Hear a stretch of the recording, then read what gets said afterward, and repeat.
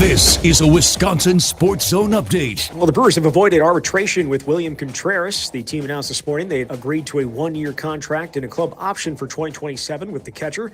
Contreras batted .260 with 76 RBI and 17 home runs a year ago. Milwaukee opening spring training down in Arizona this week as the team's pitchers and catchers were on the field for the first workout today. Full team going to join them early next week. Turning to the Bucks, they are in action tonight in Oklahoma City against the Thunder. Milwaukee's won 4 of 5, including last night in Orlando. Giannis Antetokounmpo did some pregame shooting, but the team said he's still rehabbing his calf injury. He will not play in the All-Star game this weekend, but will attend the festivities. As for Wisconsin, they're going to host number 10 Michigan State tomorrow night. Badgers won 7 of the last 9 games, including 5 when down double digits. Coach Greg Gard says that fight isn't something they showed earlier in the year. How we battle has been the biggest thing that has changed since November, early December. And we went through some times where we didn't compete as consistently at a high level that we do now. And I think the other thing with that understanding of that we had to get mentally tougher, and we have. Tip tomorrow is at 7. At a time when children are in crisis, the Kids Mental Health Foundation envisions a future where mental health is a vital part of growing up, and support starts with all of us. At home, at school, at practice, everywhere kids are. The Kids Mental Health Foundation is the leading organization promoting mental health for children in the U.S. and has free tools and information developed by experts. Having those resources is the same as the CPR class to me. We're trying to save a life here. Check out kidsmentalhealthfoundation.org to get started. Well, the Packers deep in the process getting ready for the NFL draft. Going to be at the NFL Combine later this month and Pro Days next month before April's draft. Green Bay does not have a first-round pick due to the trade for Micah Parsons last August. With this Wisconsin Sports Zone Network update, I'm Zach Heil. I think he's a great communicator. He's got great command. I think people believe in him. He's genuine. He's a good person. He cares about people. He's got all the qualities that you look for, I think, when you think about a leader. This is where Wisconsin gathers to talk sports.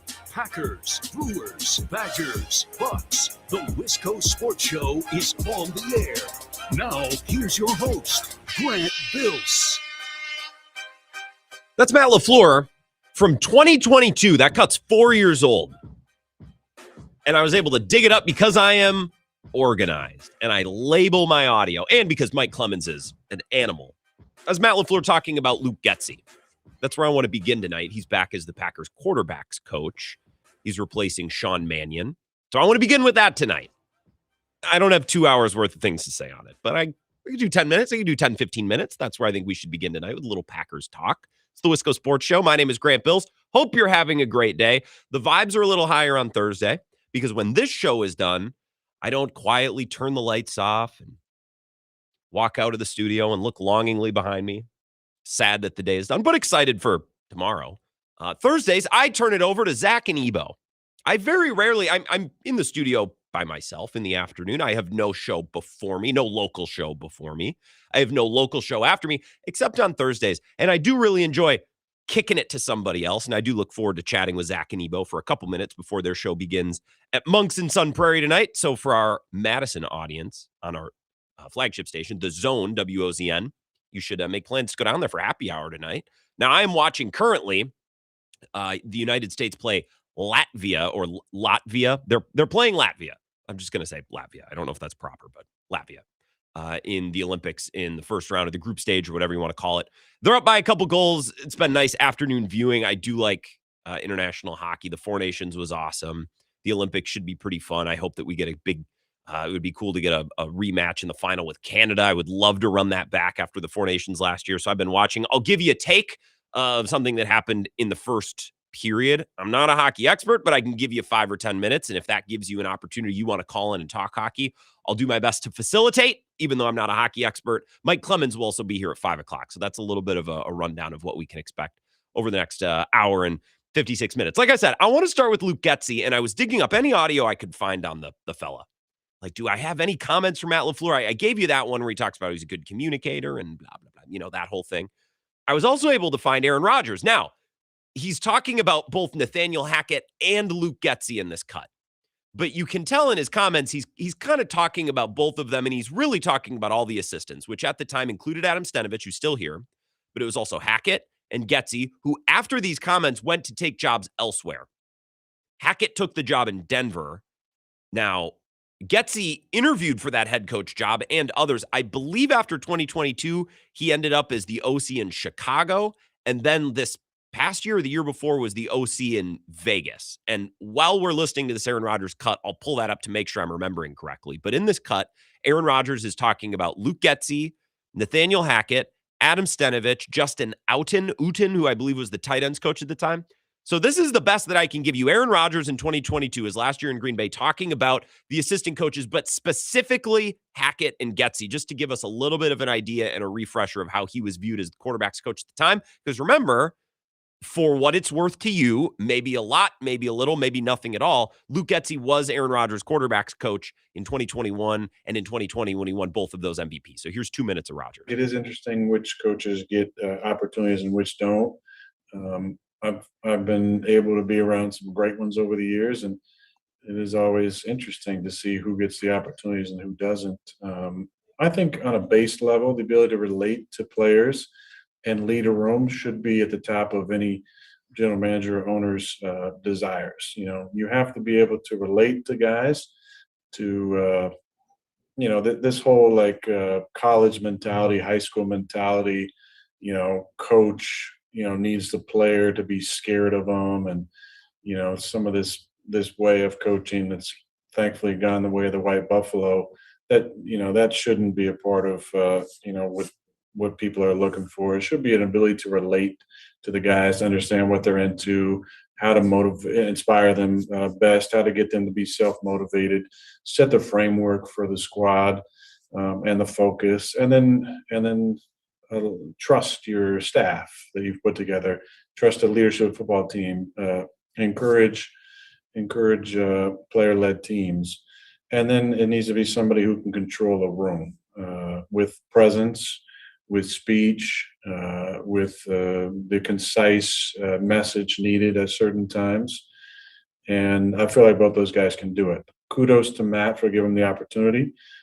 All of our coaches do presentations, and they are freaking phenomenal. I mean, I'm telling you, it's some of the best I've ever seen. Like, I always think if I can just get past that Thursday morning workout, it's going to be a great week. I got J.O.'s presentation. I got Ben Sermon's presentation. I got Getsy's presentation. Friday, I got Steno, and I got Hack.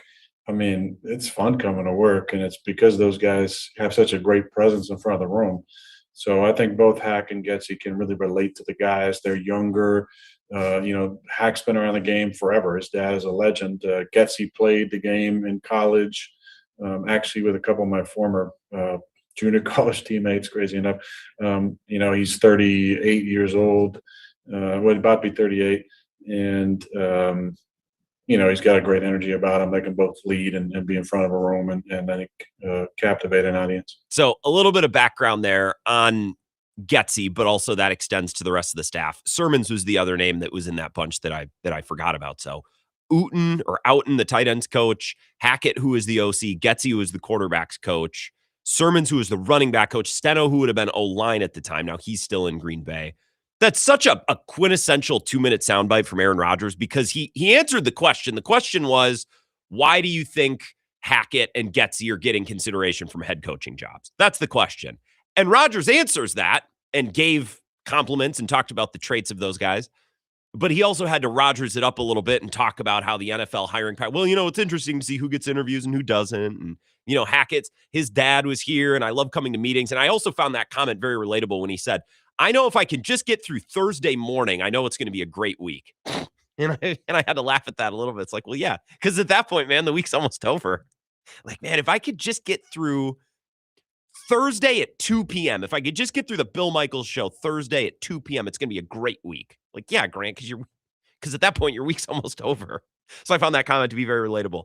Take from that what you will. If you're ever concerned about the presence or the command of a room that any of those guys have, I know that's a sticking point with Stenavich or even LaFleur, the head guy. That's a sticking point or a concern of lots of Packers fans. Rodgers, at least 4 years ago, because this is the most recent commentary I can get for you. 4 years ago, Aaron Rodgers kind of talking against that. There's two angles from which I would like to attack Luke Getsy's return as the quarterback's coach. One is very Luke Getsy specific, and another is more big picture to the Packers. And since we're playing audio from 4 years ago, let's start with the Luke Getsy specific stuff. I know Packers fans are hesitant, or some of you, a lot of you, and I heard many people on the Bill Michaels show commenting and calling today are hesitant because, well, they're just retreading a former coach. They're bringing back a guy who couldn't hack it as an offensive coordinator, who got looks as a head coach but couldn't land a job, failed in Chicago, failed in Las Vegas, and now his tucked tail to come back to Green Bay to do the job, right? He failed elsewhere. He couldn't hack it doing other things, so now he's back. And I understand the Packers fans, there's some hesitance there. I also think you get a little nervous, or fans get a little, they get a little prickly when guys start getting recycled. And this happened with McCarthy too. Anytime a coach is in one place for a while, and Matt LaFleur, by today's NFL standards, really by any NFL standards, he's been here, 7 years now? He was hired in 2019. So yeah, he's going on 7 years. That's a long time in NFL head coaching years. So he's been here a long time. And anytime a head coach is around for a long time, there's a batch of assistants who will come up the ranks, be very successful, go interview for jobs elsewhere. Guess what?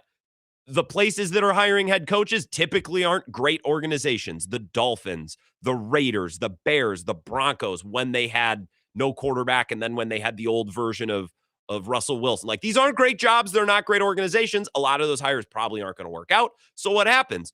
3 or 4 years later, a lot of these names cycle back. Hey, do you want to come back and be my defensive coordinator again? Do you want to come back and be my quarterbacks coach again? Do you want to come back and do the job you used to have?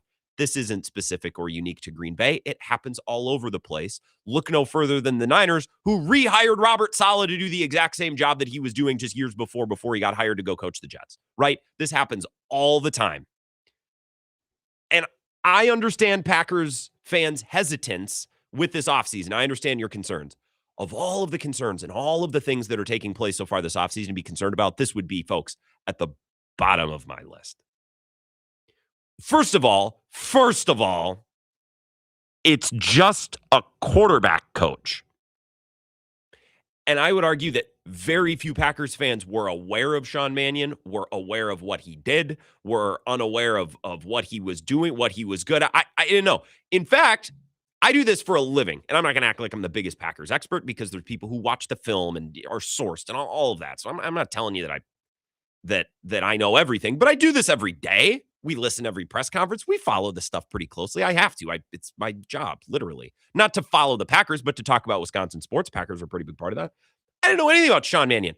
Our friend, brain fart, Tom Kelly, who works at WIP in Philly, who's been on this show. Anytime there's a Packers-Eagles thing, we have him on. When they hired Gannon, they had him on. He texted me when Sean Mannion was hired to be the offensive coordinator in Philly. He texted me, hey, man, could you come on my show tonight to tell us about Sean Mannion? And I love being on the radio. I don't say no to things. And let's be real. In what position am I to say no to things? If someone wants me to do their podcast or doing it, yes, obviously I'm doing it. And I told Tom, I don't know anything. I don't know anything about Sean Mannion. He was the friggin' quarterbacks coach. I know that he was really well liked, and he's viewed as a coach on the rise. And I know that Matt Collar, Purple Insider, we've talked to him about Mannion when he was wrapping up his career as a player. It was clear to everyone in Minnesota that he was going to be a coach one day. So, like, he's been perceived highly, thought of very highly. I don't know anything about him, man. He was the quarterbacks coach. So far be it from me to not overreact to the guy who's replacing the guy that I didn't really know anything about, wasn't paying attention to. We also have so much evidence, folks, of coaches who are ascending, who are succeeding, who are doing good work, who are earning promotions. We have so much evidence of coaches who are promoted to their level of incompetence. A quarterback's coach turned a passing game coordinator, turned an offensive coordinator, gets the head coaching job. Well, turns out they're not a very good head coach. But then they go back to doing passing game coordinator, offensive coordinator. Turns out they're still great at it. Robert Saleh, defensive coordinator with the Niners. He went back to San Francisco and was instantly just great at it. Once again, he didn't lose that thing. Josh McDaniels in New England has failed not once, but twice as a head coach, and failed catastrophically. Like, could not have gone worse in Denver, could not have gone worse in Vegas. He was fired in the middle of the season, which means, hey, man, this is so bad. We don't want you in the building. Get out. Leave. Josh McDaniels failed twice as a head coach in the most spectacular fashion.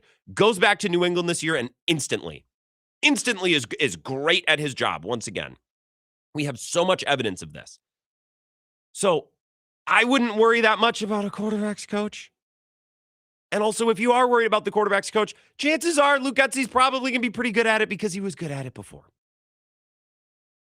Now, if you have larger concerns about the way the Packers are handling this offseason, that's another thing. And I feel those concerns. The Packers are running it back. And they're pretty aggressively running it back. They're not just running it back. They're running it back and like making a point to run it back. Like, not only are we bringing back the head coach, we're not firing Bisaccia. We're not replacing Stenavich. Brandon McManus is our kicker. Keyshawn Nixon and Carrington Valentine are our corners. Oh, you have concerns about special teams? Guess what, bucko? We're trying harder on special teams than we ever have before. We're happy with what's going on special teams. Like, the Packers are defiantly running it back. So you can be concerned about that strategy and about that approach. I just wouldn't get bogged down in the minute part of the quarterback's coach, who again has done the job at a high level. Oh, so he wasn't great as an OC in Chicago? Let's find a long list of guys who did a good job there. Oh, he wasn't great in Vegas? I would almost be more concerned if he had done well in Vegas, because that meant that he was probably cheating, because no one does well in Vegas. So we could talk more about the Packers' big picture approach. If you have thoughts on Luke Getsy, I'll take your calls next. But this is not something that I would lose sleep over. 608-321-1670. We'll take an early break here. I want to stay on schedule. We have Mike Clemens coming up at 5 o'clock. I have a hockey thought. The United States and Latvia are playing as we speak. Let me refresh the score. They're up 5-1. I'll give you a take on that game. I'll give you a Brewers take. And we'll say hello to Zach and Ebo before the show is over. It's going to be a really fun next 2 hours. So don't go anywhere. And I'll get to your phone calls right after this very short break from our sponsor, 608-321-1670. This is the Wisco Sports Show with Grant Bills on the Wisconsin Sports Zone Radio Network.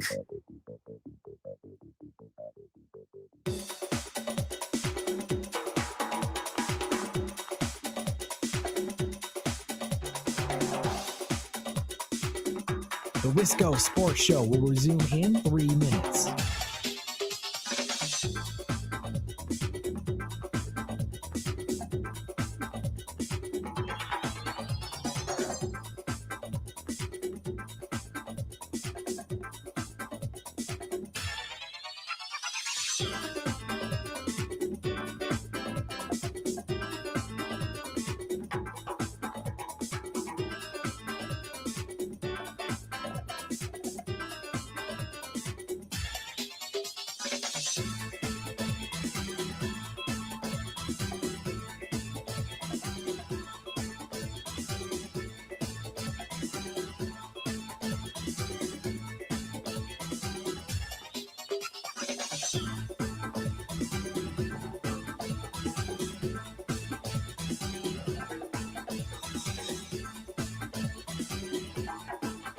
The Wisco Sports Show will resume in 2 minutes.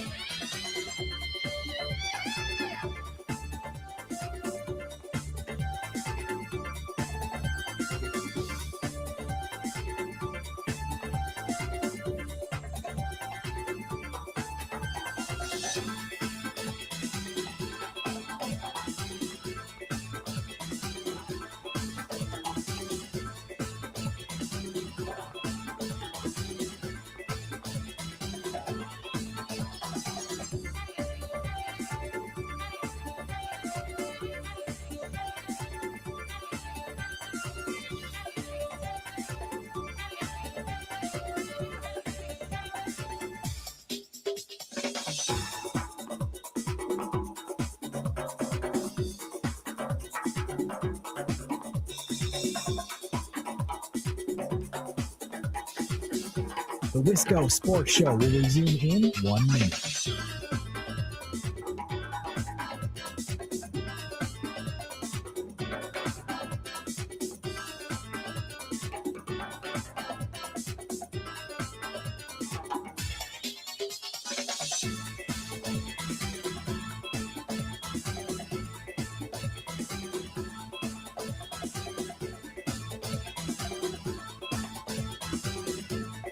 The Wisco Sports Show will resume in 30 seconds.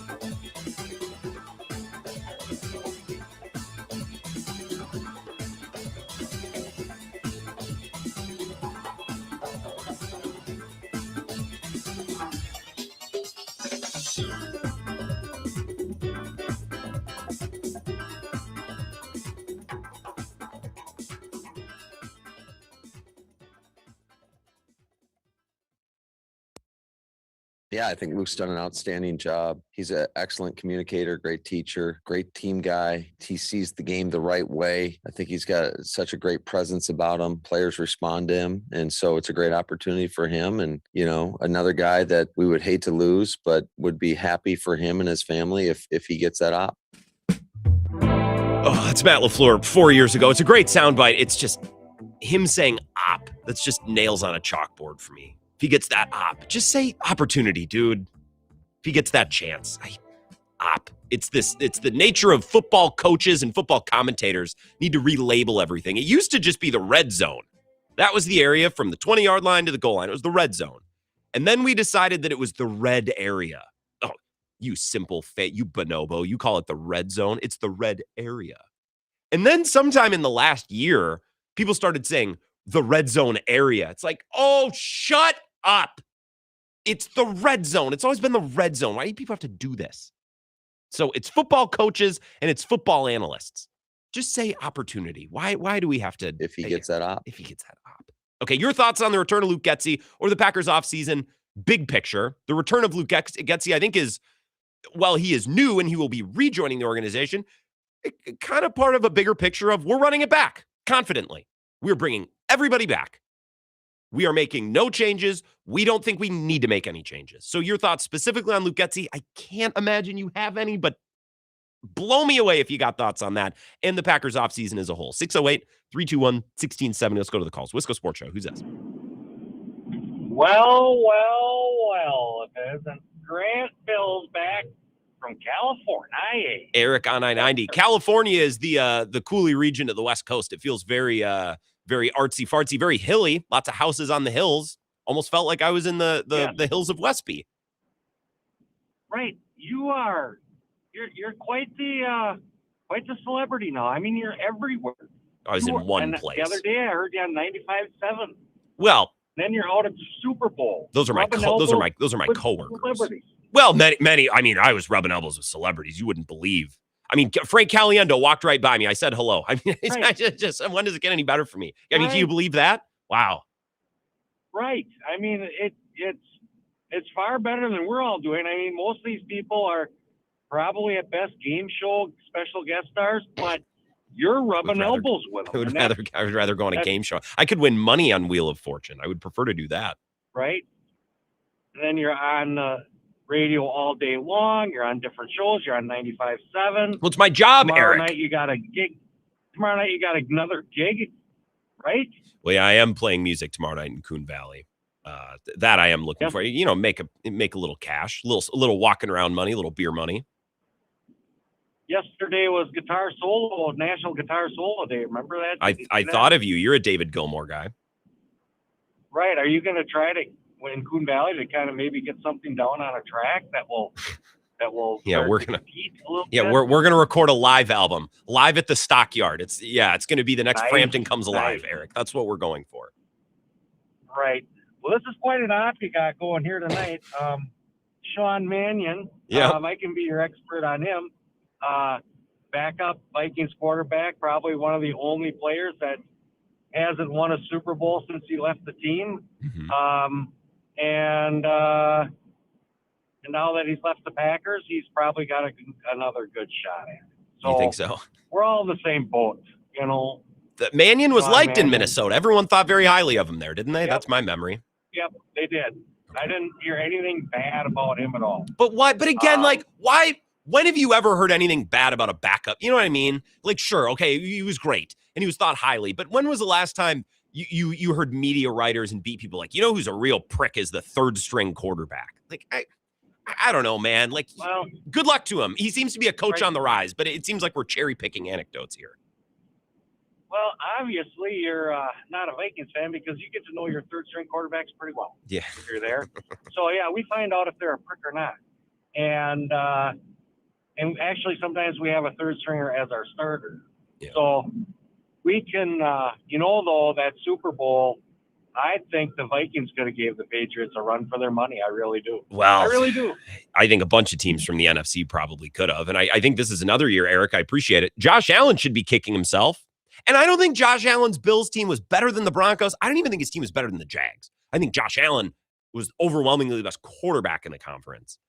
And it would have been really hard if I was Josh Allen to sit at home and watch that Super Bowl. Man, if we had just beaten the Broncos, we would have had an opportunity to go. We would have had an op. That's what we wouldn't have had an opportunity. We would have had an op to go to New England and to play a team that we had just beaten a couple weeks before. If he gets that op. Well, exactly. If he got the op, if Josh Allen had got the op, but he turned the ball over 4 times. So I think the Patriots had a great season. Took advantage of a nasty schedule. They won 14 games. They were buttoned up. They were on the details. We talked about that with Mike Felger last week. They did what the Packers didn't. Win the games you should win. Now, the Packers, if they had just won the games they should have won, they might not win 14 games, but they would have won 11, 12, and they wouldn't have been the 7 seed. And we just feel better about the season as a whole. So I'm not going to nitpick or break down the season that the Patriots had because they took advantage and won the games they were supposed to win. But you're absolutely right. A lot of teams sitting at home are probably thinking, wow, I mean, we could have played better against the Seahawks. If he gets that op. But they didn't. Well, exactly. But they didn't get that opportunity. Thank you, Matt. Let's take another call here. 608-321-1670. Wisco Sports Show. Who's this? Hey, Grant. Clemhead Mike. Clemhead. Good evening. How are you? How are you doing? I'm doing pretty good. How about you? Good. I want to piggyback off what Eric just said.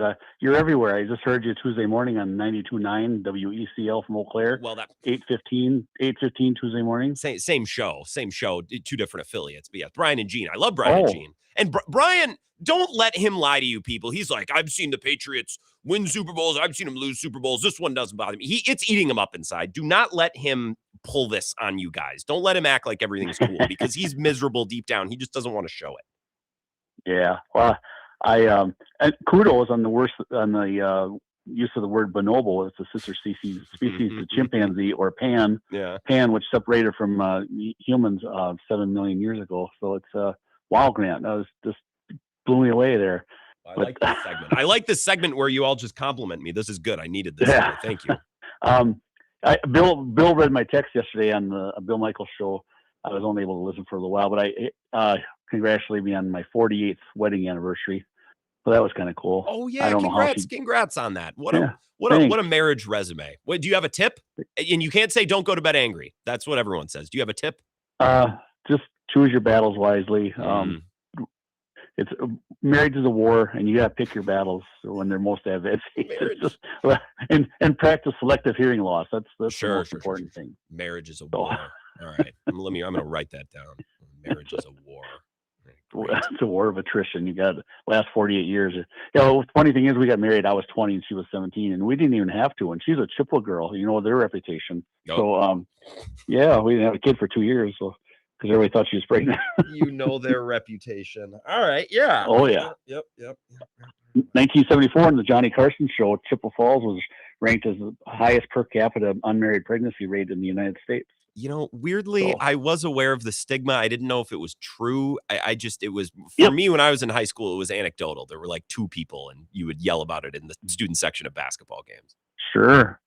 Yeah, and I'm sure every time the Menominee kicked Chippewa's butt in football, they probably said something about it too. So, dude, I wish those days are. Well, I don't know what Clemhead. I appreciate it. I don't know what type of season Chi-Hi had this year, but my senior year, Chi-Hi knocked Menominee out of the playoffs.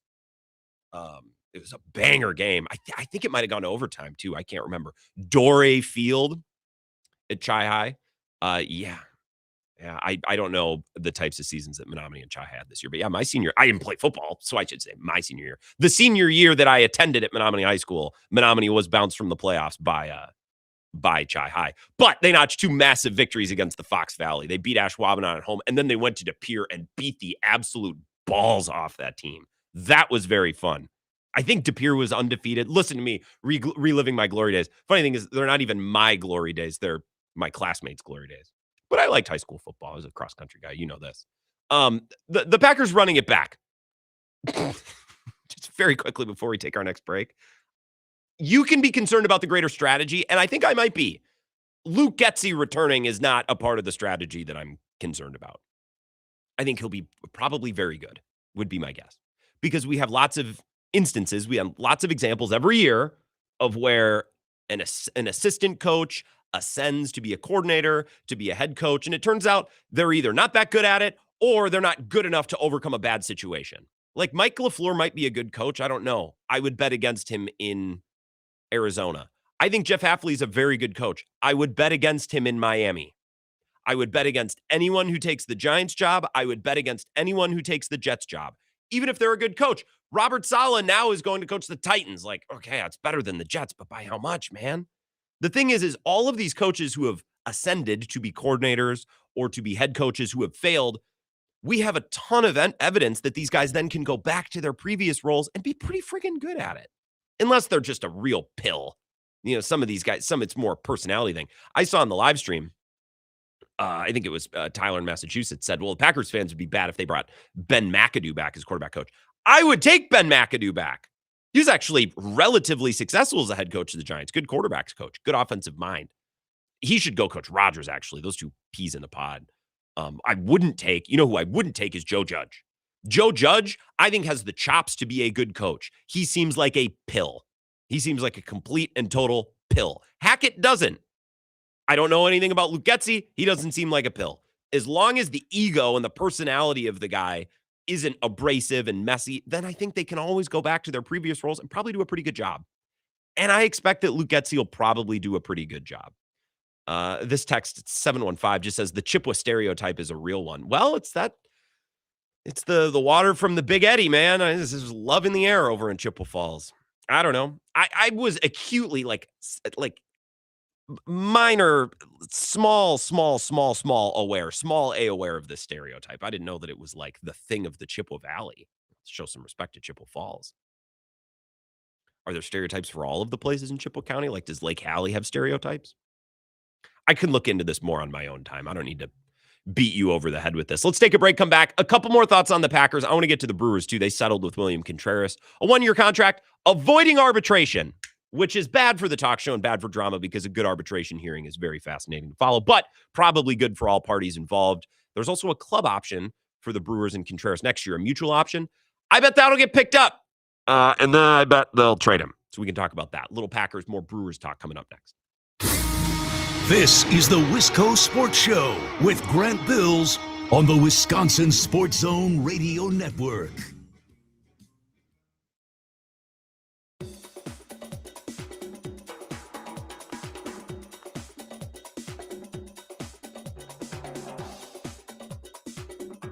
The Wisco Sports Show will resume in 5 minutes.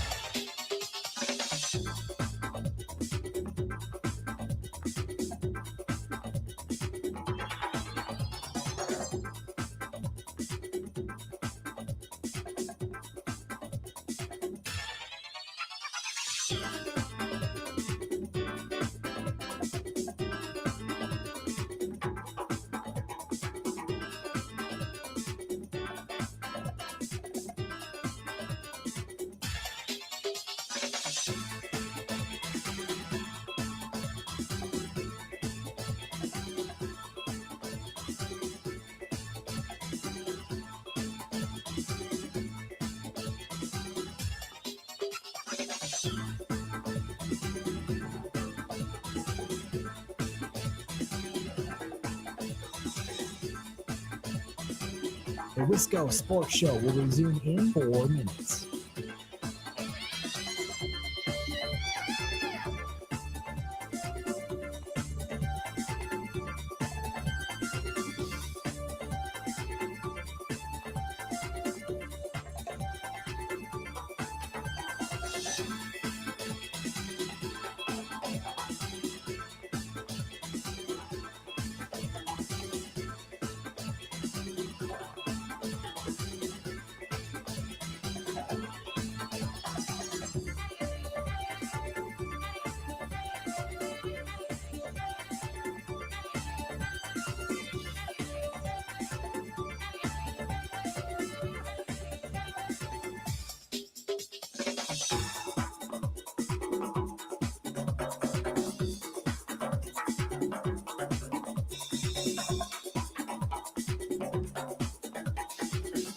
The Wisco Sports Show will resume in 3 minutes.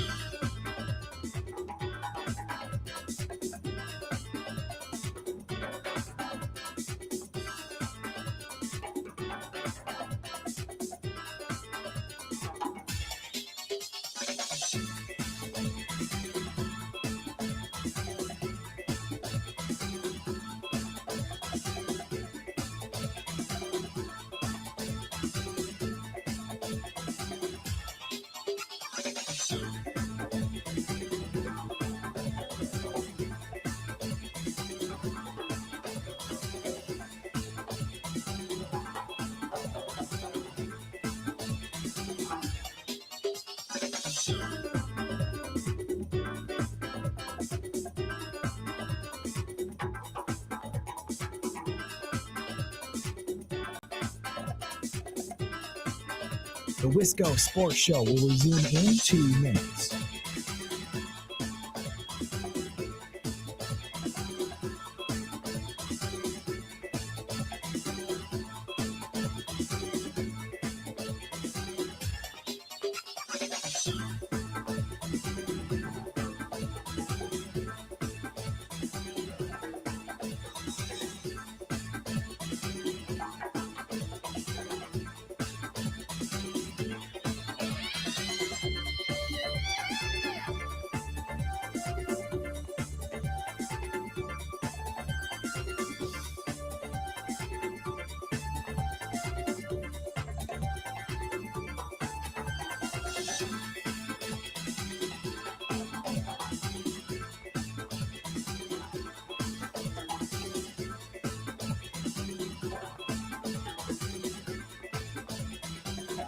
The Wisco Sports Show will resume in 1 minute.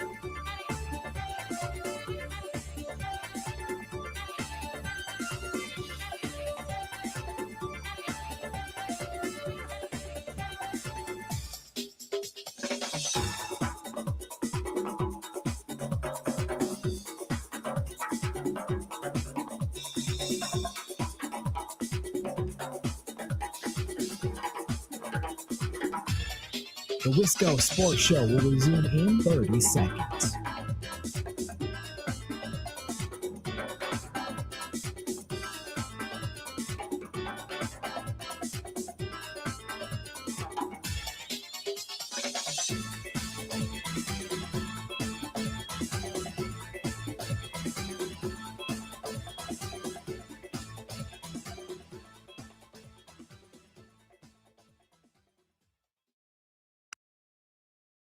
Because Titletown is done. And now for Ed Policy to come in and be like, no, this is fine. That's disappointing. It's not even that. Bisaccia is still here. They talk glowingly about him. McManus is still going to be the kicker. We're not going to change anything. You were up 21-3 to the Bears. I don't know. I feel like the Packers have changed. That's our friend Bart Winkler. So that's a small piece of audio that I clipped. I was looking for the bigger rant, and I couldn't find it. It was in one of his recent live streams where he basically ranted and raved about how not only are the Packers running it back, but they're running it back as hard as you can possibly run it back. You know what I mean?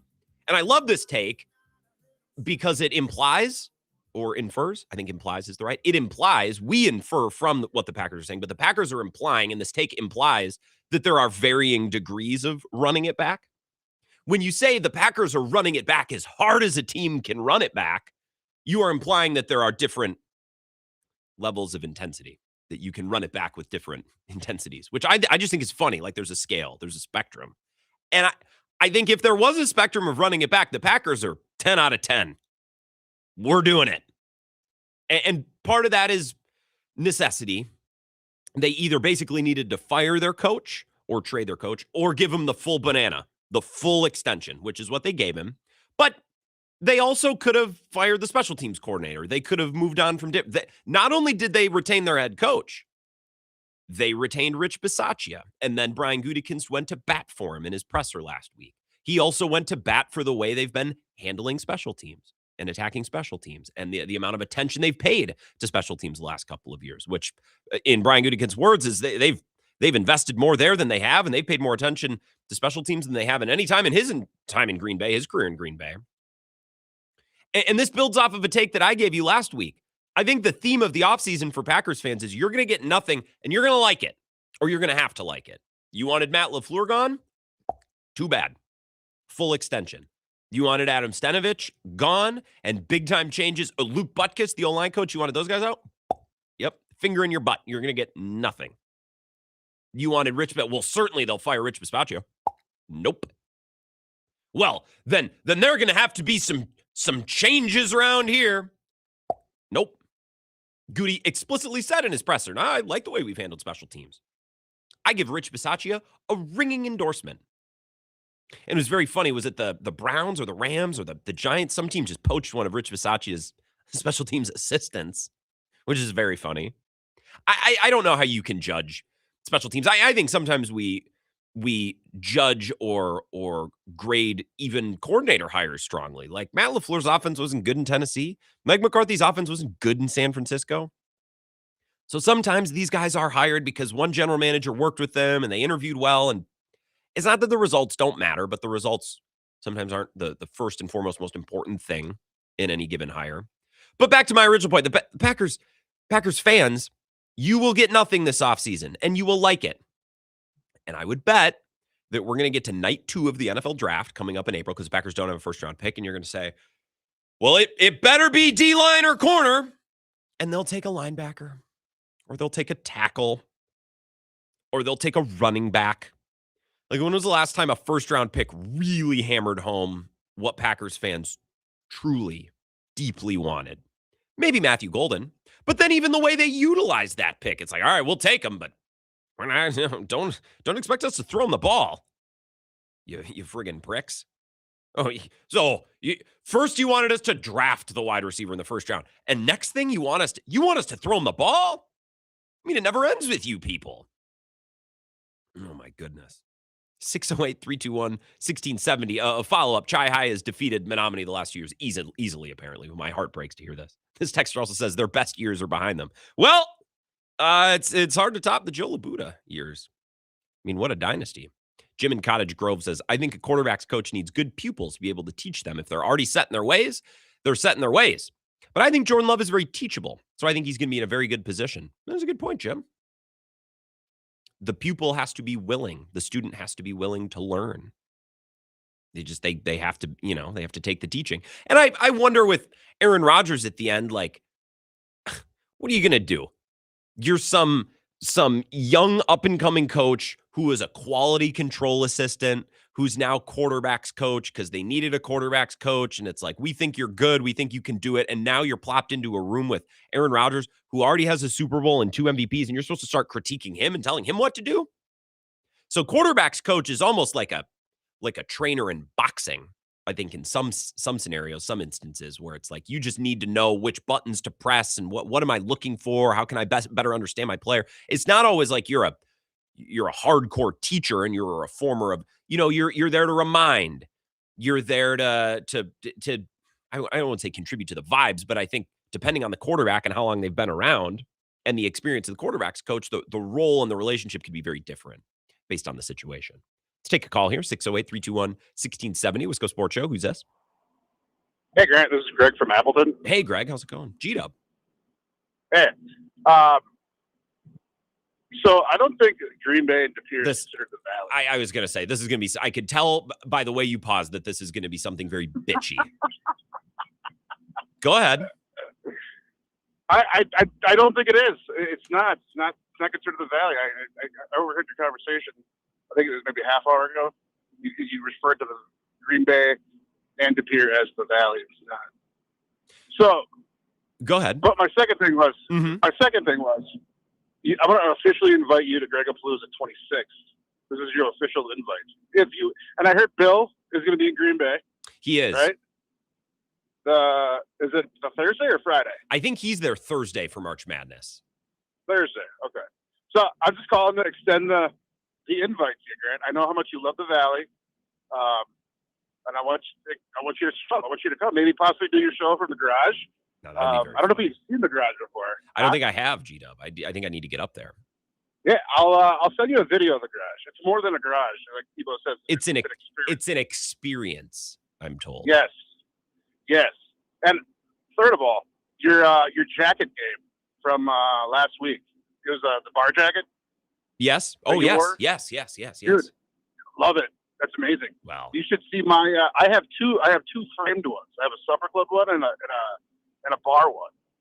I got them in frames. So I was jealous of the one I seen you wearing. So the one that I had, G-Dub, we'll have to hash out some details. I appreciate it. I'm looking at the Wikipedia for the Fox Valley. We have the Fox Cities, the Fox Valley. I'll look more into this. I'm not telling you that I'm right. I'm just also telling you that I don't care that much, and that's not disrespectful to the communities involved. It's just what do you want from me? The Green Bay metro area, would that be? Okay, I'll adjust my language. The tavern jacket that I was wearing at the Super Bowl was from Elk Point Resort, which is on, and the jacket specifies Elk Point Resort on Upper Tanner Lake, which is a lake I grew up on, which is very funny because there is an upper and lower. The lake's not that big. So like if you were to tell someone that the resort is on Upper Tanner Lake, I don't know that everyone would respond, what end? They'd just be like, oh, okay, it's somewhere on that lake. Like, you know what I mean? But not a lot of tavern jackets in San Francisco. Letterman jacket, jackets like that, but tavern jacket. It's funny that it specifies Elk Point Resort because I guess by definition it is a resort, but a resort implies certain things. And then you go there and it's like, okay, so I don't know how resorty it is, but kick-ass bar. Glad to have a jacket from it. It belonged to someone named Paul. I bought it on the internet. So if there's a Paul who's missing a bar jacket from Elk Point Resort between Menominee and Colfax, I will give it to only Paul. I would never sell this jacket to anybody, but I would give it to Paul if he wanted it back. 608-321-1670, Wisco Sports Show. Who's that? Grant, Jeremy, how's it going? Jeremy, I'm excellent. How about you? Doing well. Hey, I just wanted to mention, talk to you about the Packer thing here with the quarterbacks coach. Yeah. I think that, that doesn't even bother me. I think that's I think that's a great hire. When you've got, to your point, when you've got Gutekunst coming out, talking about bigger issues, more important things. When you've got Goody talking about special teams, like they spend so much time talking about it, well, okay, so you got Bisaccia back. Punt return average for the Packers last year was dead last in the NFL. Dead last. And Brandon McManus was 80% on his field goals, which was less than great. And he's 6 of 12 on anything 40 and beyond. So, I mean, quarterbacks coach, that's the least of my worries for this next year. I think quarterbacks coach, Jeremy, I'm just up against it, so I got to run. I got one more caller. It's not that it doesn't matter. I think this hire has been a lightning rod for Packers fans because Matt LaFleur is bringing someone back, and that seems to be part of a larger pattern. And Packers fans don't like that. I think on special teams, I've seen people make the point. I think it's a good one. The Packers emphasize kick coverage and punt coverage, and in both of those cases, they were pretty good. They clearly don't emphasize return because they don't have a returner on the roster. So if Brandon McManus just makes his kicks like he should, their special teams were actually mostly just fine. Now, I would nitpick the penalties. You got to cut out the penalties, but they're not giving up massive returns, correct, on punt or kickoff. It's just 10, 15, 20, 25, sometimes, depending on the return or the penalty. You're just hemorrhaging a lot of yardage on penalties. So if they can cut that out and get their dumbass kicker to make his kicks, their special teams are mostly fine. And I don't entirely disagree with the idea that the Packers are prioritizing some parts of special teams, and they've actually been good at the parts that they care about. 608-321-1671 more, then we'll take a break. Wisco Sports Show. Who's that? Grant, have you read up much on Steve Tisch, the owner of the Giants? I was reading a short little blurb from Florio right before the show started, Cone Roller. It's funny you mentioned that. And this is all alleged, of course, but if he is compromised by the Epstein files, do you see the NFL stepping in and forcing him to sell the team?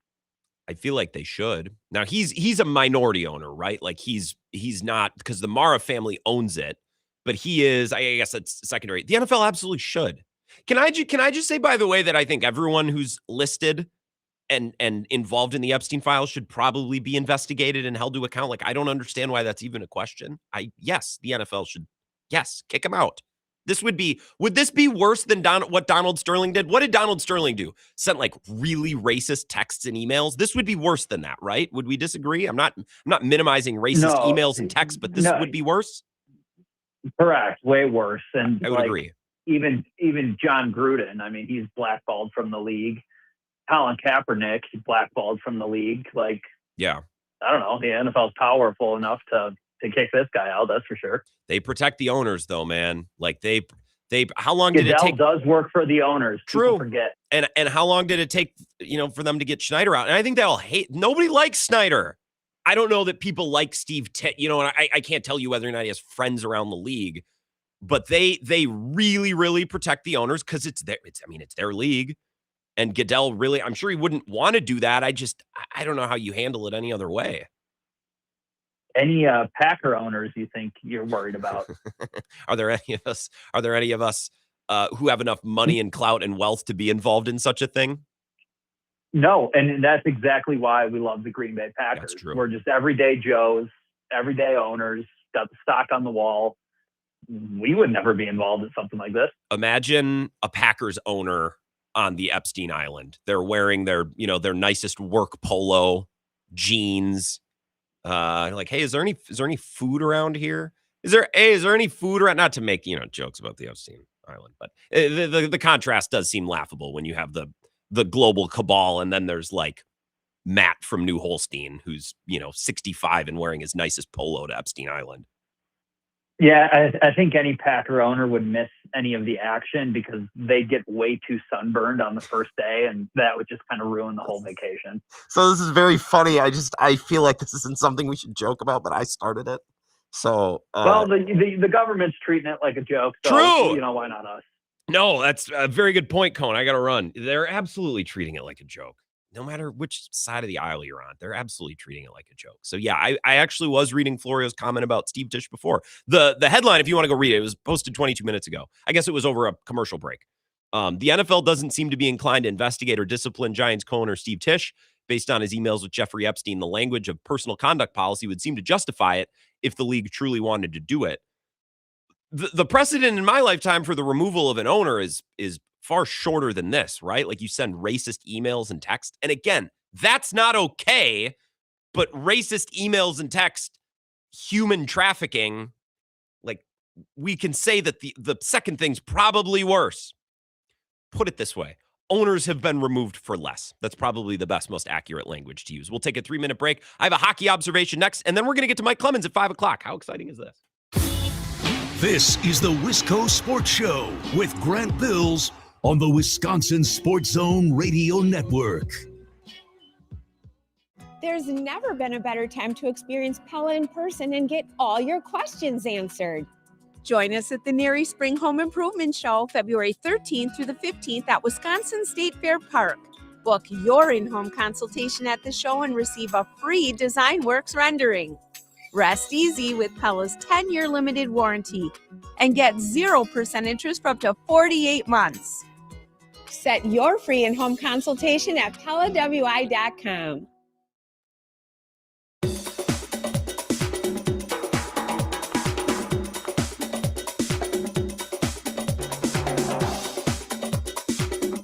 The Wisco Sports Show will resume in 3 minutes.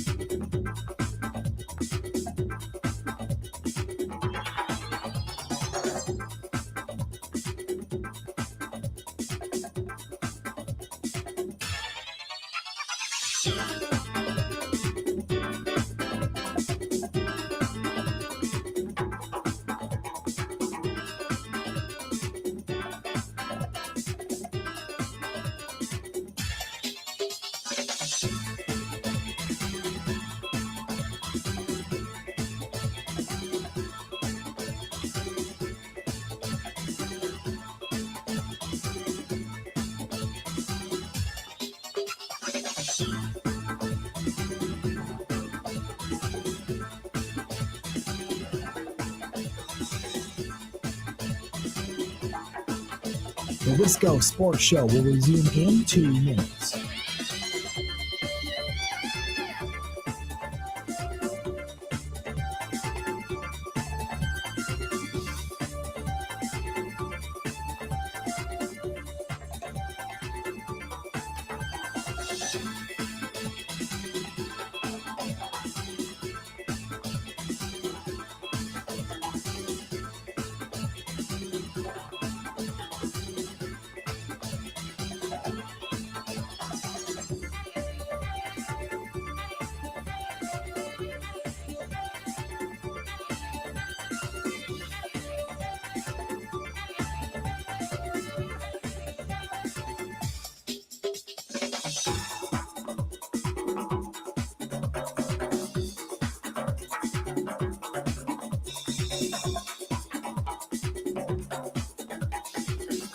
The Wisco Sports Show will resume in 1 minute.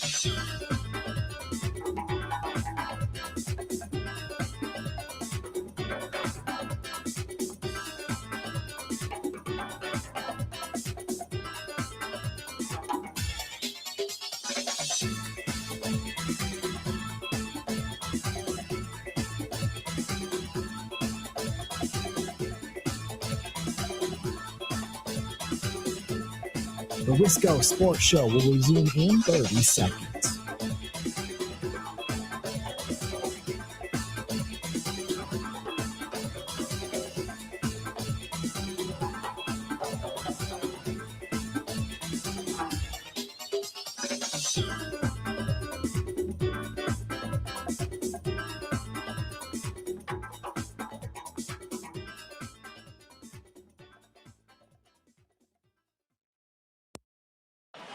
Shot by Faber was blocked.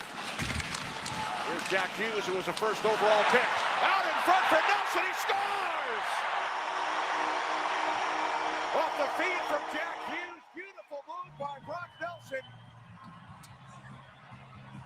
Now the United States takes a 2-1 lead. And I believe this one will count. That was the second goal or the third goal. Both were scored by, well, I guess it was the second and the fourth goal, both scored by Jack Nelson, both assisted by Jack Hughes. I almost said Wisconsin. The United States beating Latvia earlier this afternoon. That's probably the one Olympic event I'll get into. International hockey's fun, especially after the Four Nations. What a great primer that was about a year ago now at this time. Well, a year ago now at this time, because it would have been the same break time in the NHL schedule. It could set up beautifully if we get another United States-Canada rematch. They're on separate sides of the thing, so group play could lead both through, and then they could be playing in the final, which is the final weekend. I believe it's the Sunday. The closing ceremonies are later that day, so I'm hoping for that. That would be great. I have a take on some of the things that happened in the first period of this game, mostly based around replay, which applies to other sports. I need to rant about that for a couple of minutes. I also am just... I think the Tkachuk brothers, like if I was needing to go to war with any country in any sport, in any theater of war, in any form of warfare, it's like, hey, what American champions should we pick to lead the assault? Like if we had to restorm Normandy, I'd be like, the Tkachuk brothers lead the thing. Like those, yes, those two psychopaths. I don't buy Eichel. I'm sorry. I really don't buy Austin Matthews. First of all, like Toronto in the playoffs is just notoriously like, yes, or I guess better put, no, they just don't have it. They've never had it. But the Four Nations too, he had a couple cracks in overtime. He should have netted one of those. They should have won. They didn't.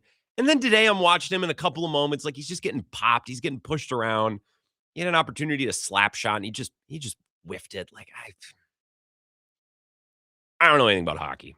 If this comes down to United States, Canada, and it comes down to Austin Matthews needing to put in a big goal to win it for his country, I hope he can, but I don't.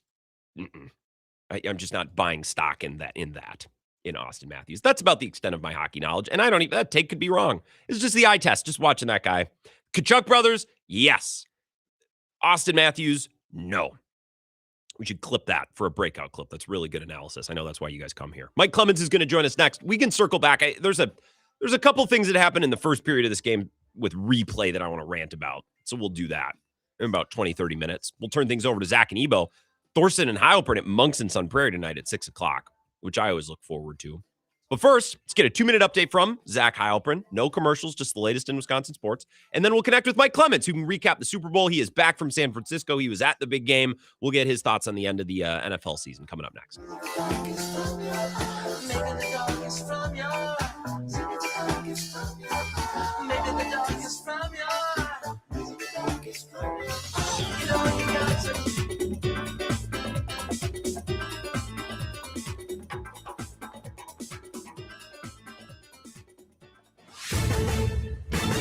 This is a Wisconsin Sports Zone update. Well, Wisconsin back on the floor for practice today as they prep for a visit from number 10 Michigan State tomorrow night. Badgers coming off another win over a top 10 team on the road. This one at Illinois on Tuesday night. It gave Greg Gard 7 such wins in his time, the most of any program in the country. As for this year's team, Gard was asked what kind of confidence it builds when they can go on the road and do what they did against the Illini. They've proven now to themselves, and I can give them word confidence and I can speak confidence into them for only so much. And then ultimately you have to go do it and gain real confidence and sustain confidence through performing on the floor yourself as a player. You know, they understand now how good a team we are and what it takes for us to stay at that level. Wisconsin now 9-4 in Big Ten play, going to face a Michigan State team that's just one game ahead of them in the standings. Tip tomorrow is set for 7. Turning to the Bucks, they have won 4 of 5 after taking down Orlando last night behind 34 points from new addition Cam Thomas. They'll be back at action tonight to head to Oklahoma City to take on the Thunder. They have the best record in the NBA. At a time when children are in crisis, the Kids Mental Health Foundation envisions a future where mental health is a vital part of growing up, and support starts with all of us, at home, at school, at practice. Is the leading organization promoting mental health for children in the U.S. and has free tools and information developed by experts. Having those resources is the same as the CPR class to me. We're trying to save a life here. Check out kidsmentalhealthfoundation.org to get started. Well, the Packers reportedly have their new quarterbacks coach. It's Luke Getsy, who actually served in that role for the first 3 years of Matt LaFleur's tenure. He replaces Sean Mannion, who left to be the OC in Philadelphia. And the Brewers pitchers and catchers holding their first workout of spring today in Arizona. With this Wisconsin Sports Zone Network update, I'm Zach Heil. I think he's a great communicator. He's got great command. I think people believe in him. He's genuine. He's a good person. He cares about people. He's got all the qualities that you look for, I think, when you think about a leader. This is where Wisconsin gathers to talk sports. Packers, Brewers, Badgers, Bucks. The Wisco Sports Show is on the air. Now, here's your host, Grant Bills. Hour number 2. I want to discuss the Brewers before 6 o'clock. They settled on a 1-year deal with some future options with William Contreras. That news breaking today on the first day officially of spring training. So we'll do that in a little bit. Another thing from the United States-Latvia game that I just got to scratch an itch and complain about replay, which will apply mostly to baseball. So if you're like, Grant, you suck at talking hockey. Yeah, I would agree, which is why I'm going to take what happened in the hockey game, which is international and kind of fluky and different from NHL hockey anyways, and we're going to apply it to baseball, which is a sport that I talk about a good amount. So we'll find a happy medium where we can take a game that happened today, and I don't have to sound like an idiot talking about it. So we all win. Mike Clemens now joining us on the hotline. He's back from San Francisco. Long travels back from the West Coast. Spent well over a week out there, Mike, seeing the sights, eating the food, smelling the salty sea air, maybe seeing some of the what's the polite word? The unhoused individuals wandering the streets. You got the full experience in your time there. And you attended the Super Bowl. I did. I got to go to the Super Bowl. I think that's about 22 or 23 I've been to. Wow. And this one was a little bit different. It's progressively become different. Okay. Because I was just thinking about this. There was one of these days in those last 3 or 4 years that Brett Favre was with the Packers, and there'd always be this drama, under Mike Sherman and then even under Mike McCarthy. Is he coming back? Is he coming back? Mm-hmm. And so one of those years, I think it was Sherman was still the coach, where Brett announced during the week of the Super Bowl, I think I'm coming back. And Donald Driver got, maybe it was like he wasn't, whatever.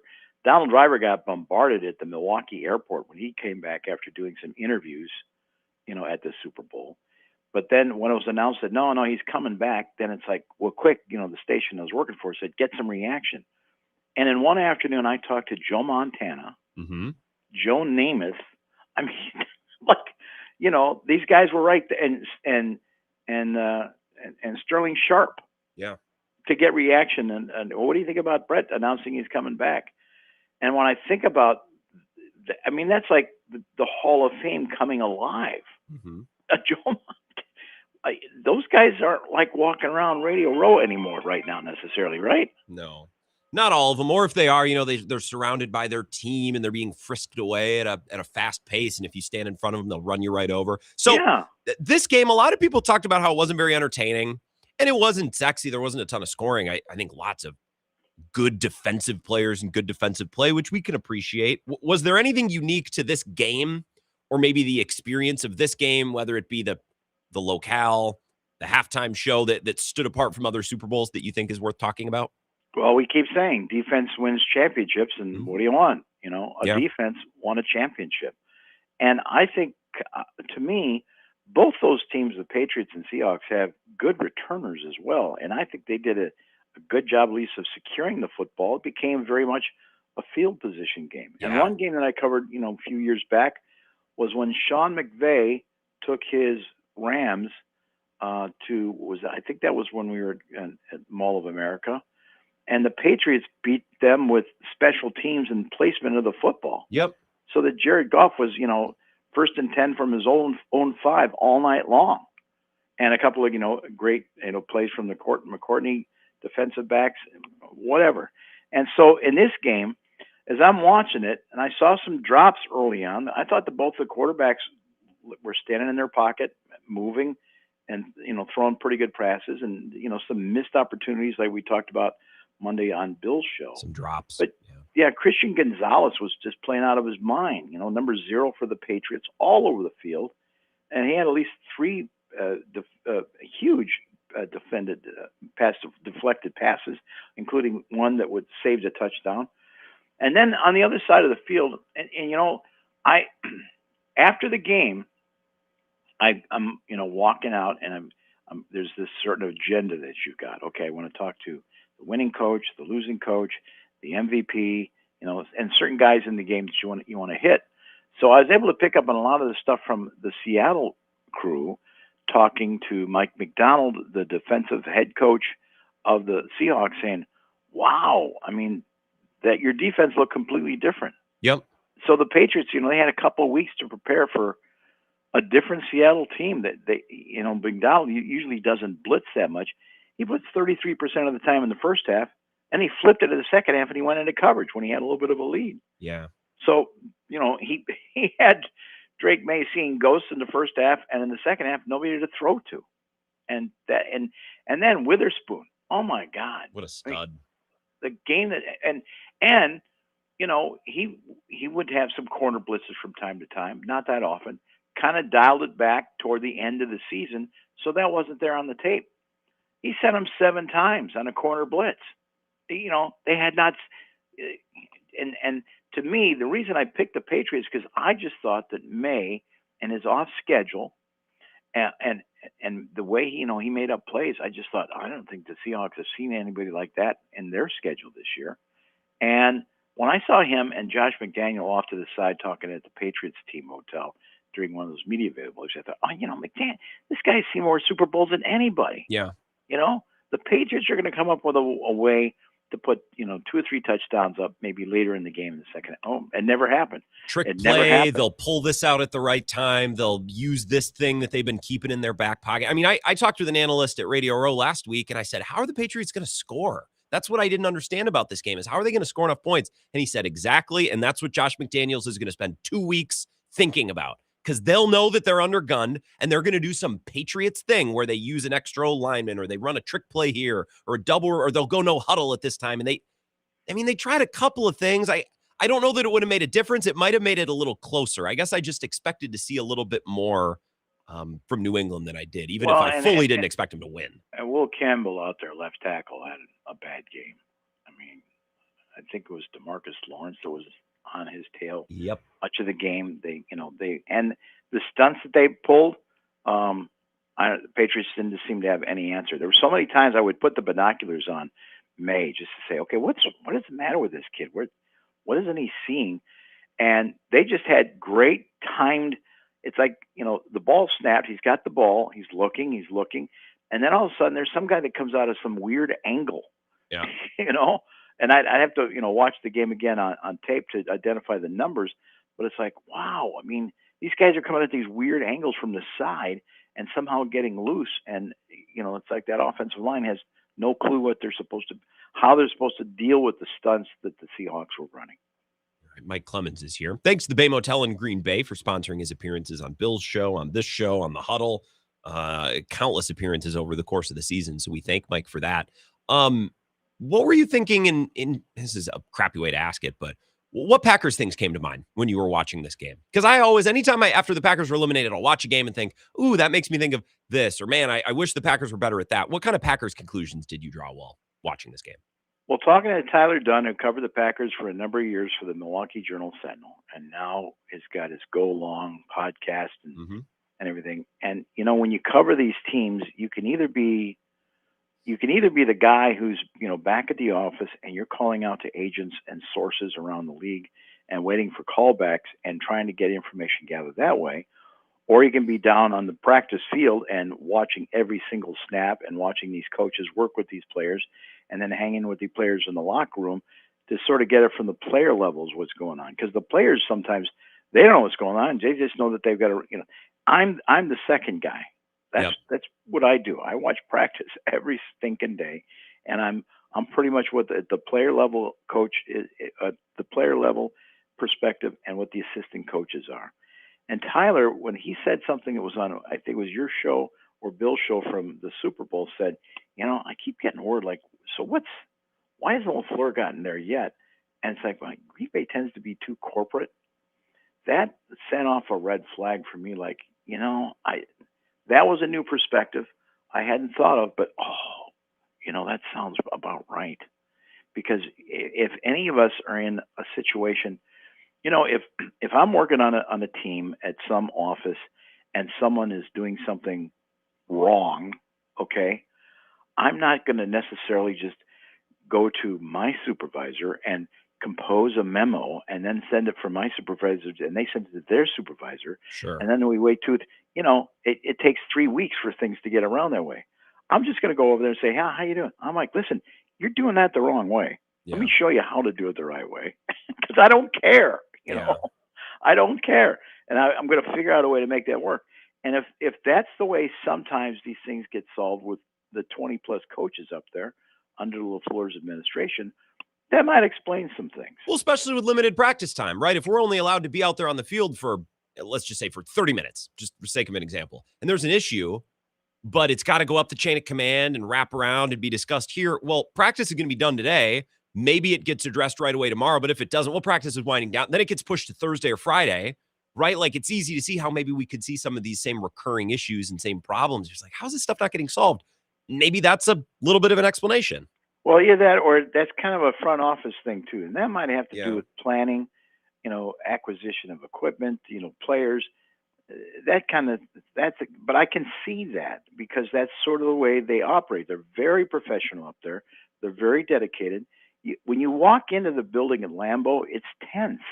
Yeah. It's always, I think it's been that way since the 60s. It's just tense. You can feel it, man. The pressure is on. And whether you're security or, the president of the team, it's there all the time, which is a good thing. I'll never forget, Greta Van Susteren? Yep. She was on CNN at the time, and somehow she'd become friends with Favre, and she'd come down to do a couple of interviews with Favre. And it was a season where they were 4-12. I mean, they were losing. And she came in and she said, "Can I ask you something?"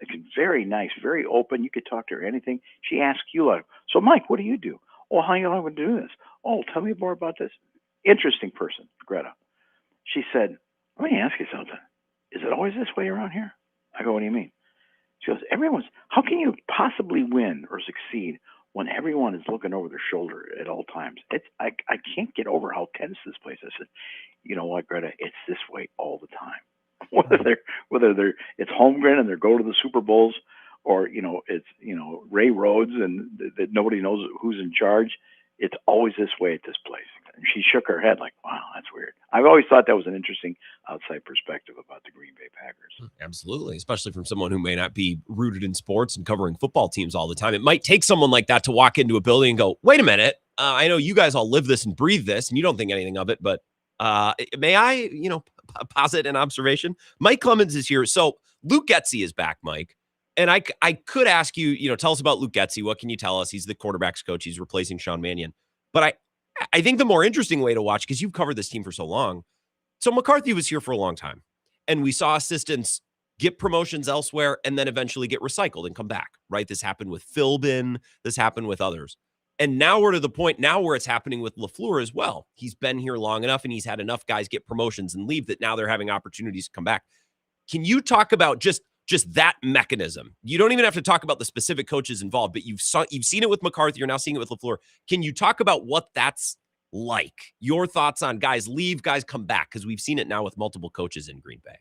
I think the Packers have still got a couple of slots that they have to fill, and who knows if there's still another guy or two that may get an interview and move on, decide now's the time to move on from Green Bay in terms of assistants, but they don't have the full slate of coaching staff filled quite yet. Hafley took at least a half dozen guys with him down to Miami. And I think a lot of those guys followed Hafley because it's like, I'm not going to hang around to find out if I get along with Jonathan Gannon. And he's probably going to bring in his own people anyway. Okay. So there's that feeling going on. McCarthy, when did he get hired? I mean, he put out his whole staff today. Yep. And guess what? Mike is bringing back at least 6 guys I counted that work for him in Green Bay. Yep. It's Joe Witt, Campen. Yeah, and Campen, man, if that won't seal the deal for Rodgers to come back and somebody that he loves and trusts like that as his offensive line coach. Campy. Yeah, Campy and all that. But even Frank Signetti, who was probably one of the worst hires ever met, he's the senior offensive consultant. So, his brother's, the one you want that's running Indiana. Frank was kind of a weird dude when he was the quarterback coach in Green Bay. Well, that whole thing was so weird too, because they moved on from Van Pelt to Signetti, and they didn't ask Rodgers, or he wasn't in the loop, and it was, that was a whole thing I remember too. Van Pelt was having some personal problems. I'll just put it at that on the air. So that was more of a Van Pelt thing. Not that I don't think Packers fans were still going to sleep at night thinking about whatever happened there, but now that we're talking about Signetti and Van Pelt and some of these McCarthy guys, that was a sticking point with Rodgers. I think that Mark Murphy is pretty good at hiring people, and I say that because of the people he's hired on the corporate side, where there's revenues and things. I mean, let's just put it this way: Mark Murphy's a pretty sharp cat at figuring out people and motivating them, and he makes it look simple. When he hired Matt LaFleur, he did a little interview for the team website that they've since scrubbed, but he was asked, who's this Matt LaFleur guy that you hired remind you of? He goes, he reminds me of Joe Gibbs. He reminded him of the coach that he had when he was with the Redskins, and they went to the Super Bowl with Joe Theismann and John Riggins and that group back in the 1980s. And what does that mean? Is Gibbs is a smart guy, and he doesn't have to get all fiery and everything. And he solves problems in a certain kind of way. Smart coach, dedicated, very competitive, but kind of maintains a cool. And doesn't that sort of describe what you think you see publicly from Matt LaFleur? Yeah. Because LaFleur does have a temper. I'm here to tell you. And LaFleur's had some problems with the way the roster is set up from Gutekunst and whatever. Like, what are they? They're killing me. What do you mean drafting 13 rookies? What do you stuff like that, right? What are they doing to me? Give me some more veterans. I know that for a fact that there's, but that's a balance, right? You want that like balance in government. You want that balance between the coach, the coaching staff, what your key veteran player wants and likes, and what the team roster builder in Gutekunst and the president of the team and Russ Ball, who's got to pay for all this stuff, what they can do what's best for the team and the organization for the next couple of years moving through. To me, though, it's like this Mike McDonald guy. Mm-hmm. I was around him when they had a joint practice and all that. I thought, boy, he might be the next Joe Gibbs. Yeah. I mean, he pulled off some incredible moves in getting his team prepared this year, and it's just his second season. And the game plan that he and his staff put together, against a veteran like Vrabel, the coaching is what wins that game, 4 out of 5 times, and Seattle outcoached you that way. And so that's the question for LaFleur is like, what's interesting is that everybody got renewed, right? Russ, Brian, Matt, all got renewed. And yet everything that Brian said in his 40-minute press conference, which is just, unusual, kind of leaned back to the coaching. Well, no, our roster's fine. No, we feel pretty good about that position. No, we got some things. We've got some ideas in mind. Yeah. But nothing that no big, huge turnover or change. And so it will be interesting on what LaFleur does now with Gannon as defensive coach and whatever kind of adjustments he's going to make offensively to get these guys back on top of the division. Well, Mike, I know you don't sleep, but do whatever your version of getting caught up on sleep is, because we got back on Saturday and I don't think really get fully caught up on sleep until today. So thank you for all your coverage and your workout at the Super Bowl. It was nice to spend some time. Same with you, brother. To kick around town. What was your favorite thing you saw and did in San Francisco? hanging out with you and Bill the first night that we were there, going down by the wharf, having a great dinner, going around. I mean, every day is something memorable. The trip in the Waymo ride was Bill. I can do a half hour on Waymos. I'm all in. Yeah. If I win the Powerball, I'm buying myself a Waymo and let them do the driving. I'm all in on Waymo. There's a bunch of people who was out there who all did them for the first time. It's like, why is this not everywhere? I'm with you. One quick thing. Yeah. You discovered this little park. You came back and said, hey, do you realize we're 6 blocks from the ocean? Oh, yeah. Because Bill rents a house every year. Because at the end of the day, it's just more efficient for our broadcast crew to put these shows together. And it was in a great position between, close teams, close to the airport, and the best thing you could ask for, having to go 90 minutes south on game day down to the stadium. Mm-hmm. So I went Monday night before I left on Tuesday. I said, I got to find that park you went to. I had the time. It's called Thornton Park. Yep. And and it's this beautiful cliff. It's just like an artist painting of there's the Pacific Ocean. Mm-hmm. And we're like 6 blocks from that. Do you know why they had all those fences up there? You said there was some sort of a landslide? In 1982, there was a huge landslide. There's people that went sliding into the ocean in that thing. So that cliff that you were hanging on, last Sunday morning or Sunday morning before last on your little morning walk, it was. So they put up, what's the government going to do about this? Well, we'll put up fences, Yep. Just warn people. I mean, I'm not going to go sliding down. Well, I guess I could have. I don't know. Yeah. So the next earthquake, the fencing is going to go down with all the rocks on the side of the hill. You just back the fence up a little bit. That's what you do, up on the North Shore on Lake Superior. It's the same way. I go up there to some of the same overlooks, and just a couple feet a year, a couple inches a year, dropping by. Well, Mike, I will let you rest. Thank you for the time, and thank you for the recap for the week. Thanks, Grant. Appreciate it. Mike Clemens, courtesy the Bay Motel in Green Bay. Yeah, San Francisco is cool. Port Washington, basically. Knockoff, cheap imitation. We'll take a break. I got to take from the game earlier today between the United States and Latvia. We can talk about the latest with the Brewers and William Contreras, and we'll turn things over to Zach and Ebo coming up at 6 o'clock. This is the Wisco Sports Show with Grant Bills on the Wisconsin Sports Zone Radio Network.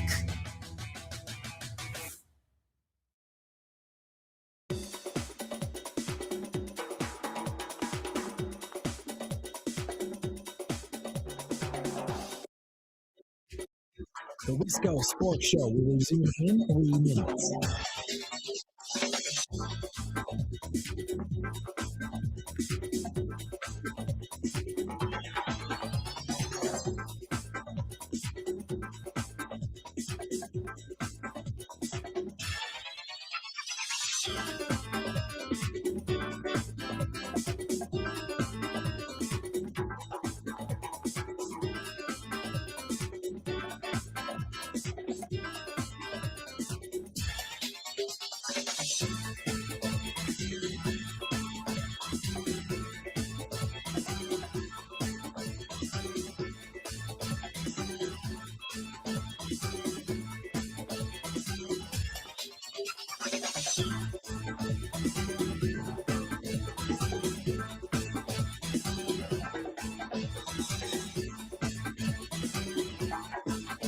The Wisco Sports Show will resume in 2 minutes.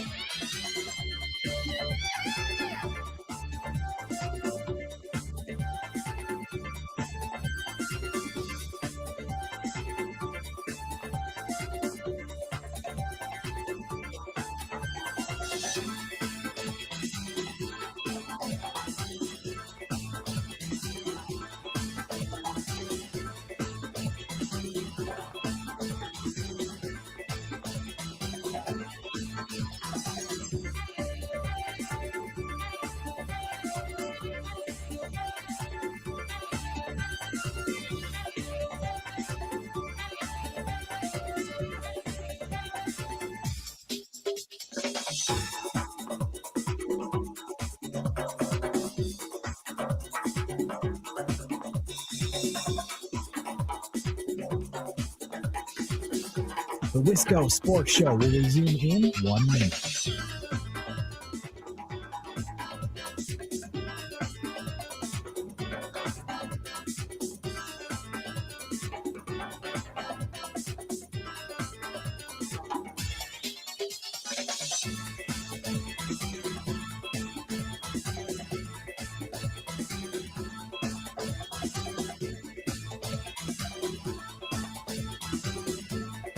The Wisco Sports Show will resume in 30 seconds.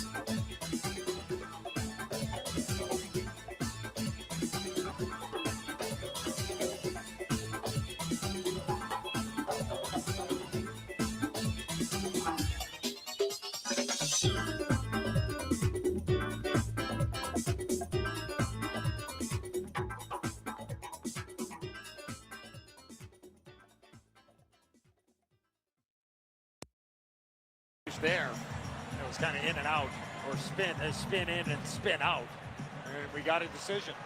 Here's Kyle Raymond. After the video review for goaltender interference by Latvia, the call on the ice is overturned. There is goaltender interference, therefore no goal. So that is the second successful challenge by Latvia here in the first period. Some audio from the first period of today's United States-Latvia matchup. The United States was up 2-1, and then they weren't because Latvia challenged, or well, I don't know the mechanism. I don't watch enough hockey, and I certainly, international hockey is only every couple of years. I don't know the very minute and specific differences between international and NHL play. And even if I did, I don't know NHL play that well, so I don't know. Some sort of challenge or review. Now, he was offsides by a shoelace. Okay. And then the second one, there's goalie interference, but not actively during the shot. It was the guy who was in the crease for a second, and there was a little bit of jostling, and then he vacated, and then here comes the puck. So both of these goals, United States was up 2-1, and then they weren't. And then they were up 2-1 again, and then they weren't. And then the first period ends in a 1-1 tie. United States ultimately wins. I think the final score is 5-1. This is what you replay people have been wanting.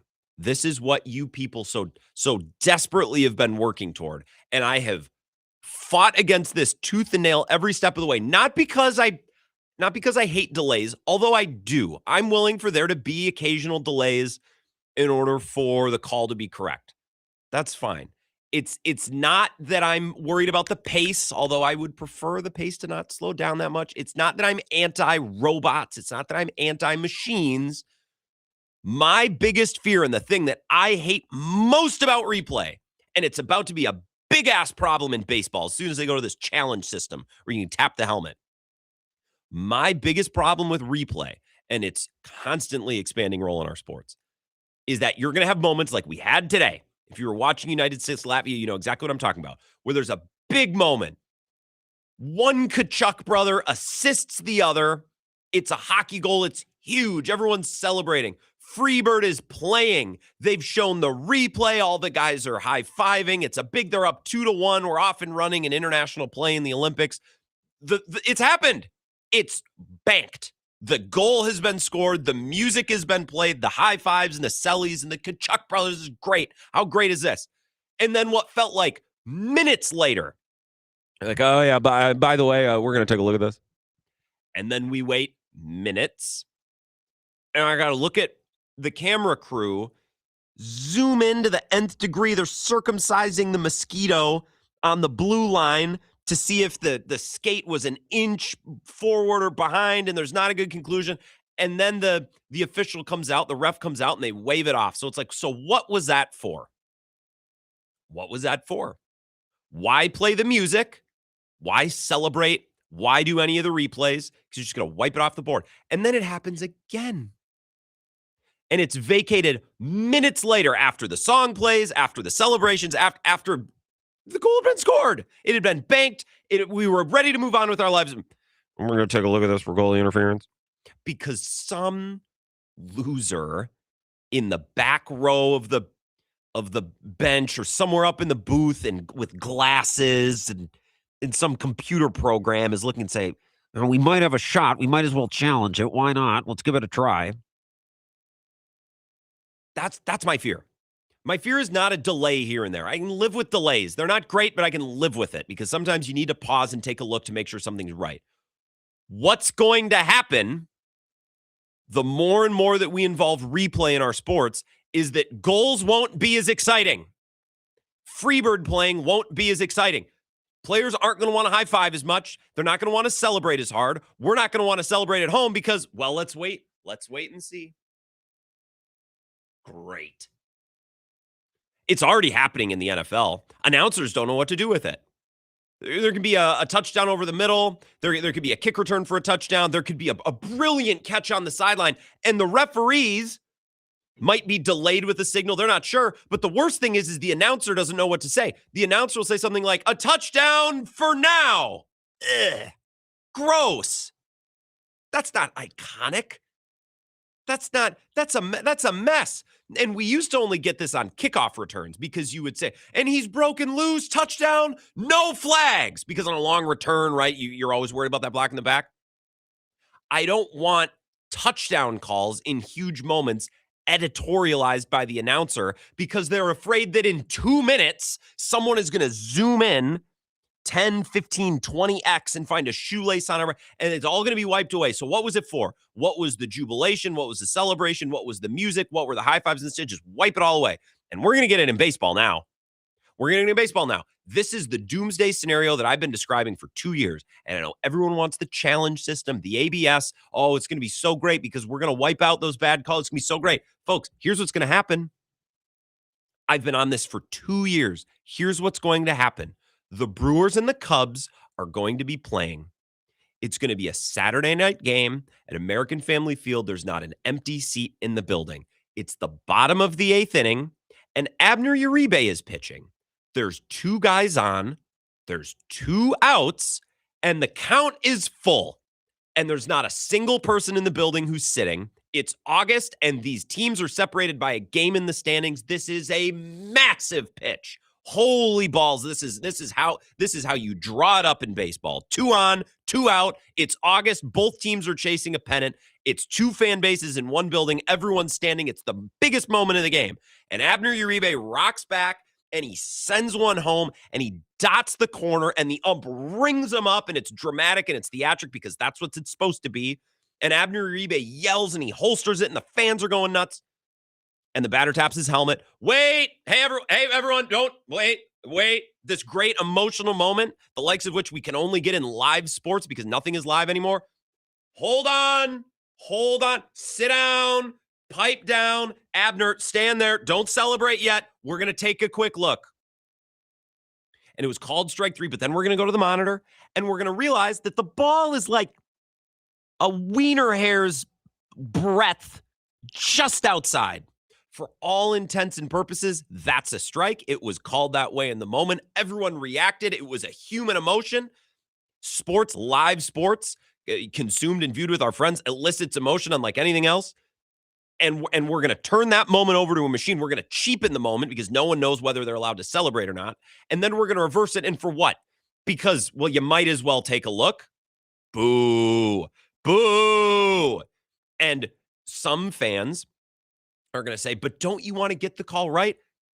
If it costs us that moment? No, I do not. No, I do not want it to be right. I want to have I want to have a sports moment. And if it's at my expense, assuming the call is not egregious, I will live with it.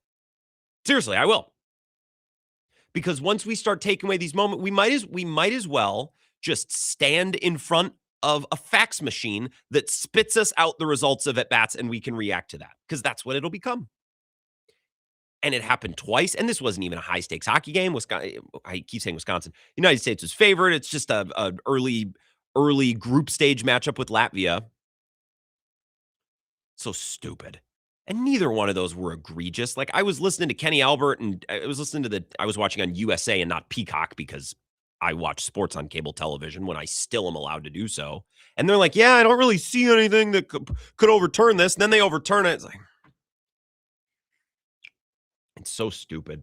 And it's gonna kill the theater and the drama of some of baseball's best moments. But at least we'll get the call right. I got a tweet earlier. I think it was from Bobby and Hudson, who listens to the show, who pointed out, like, if this is the way we're gonna go, just automate the balls and strikes. We have the technology to do it anyways. Why are we middlemaning it? And I almost agree. And I like the human umps. But if we're gonna neuter the human umps and neuter the fan experience in the biggest moments, then just go to the automatics. Then just do the full banana. Go all the way.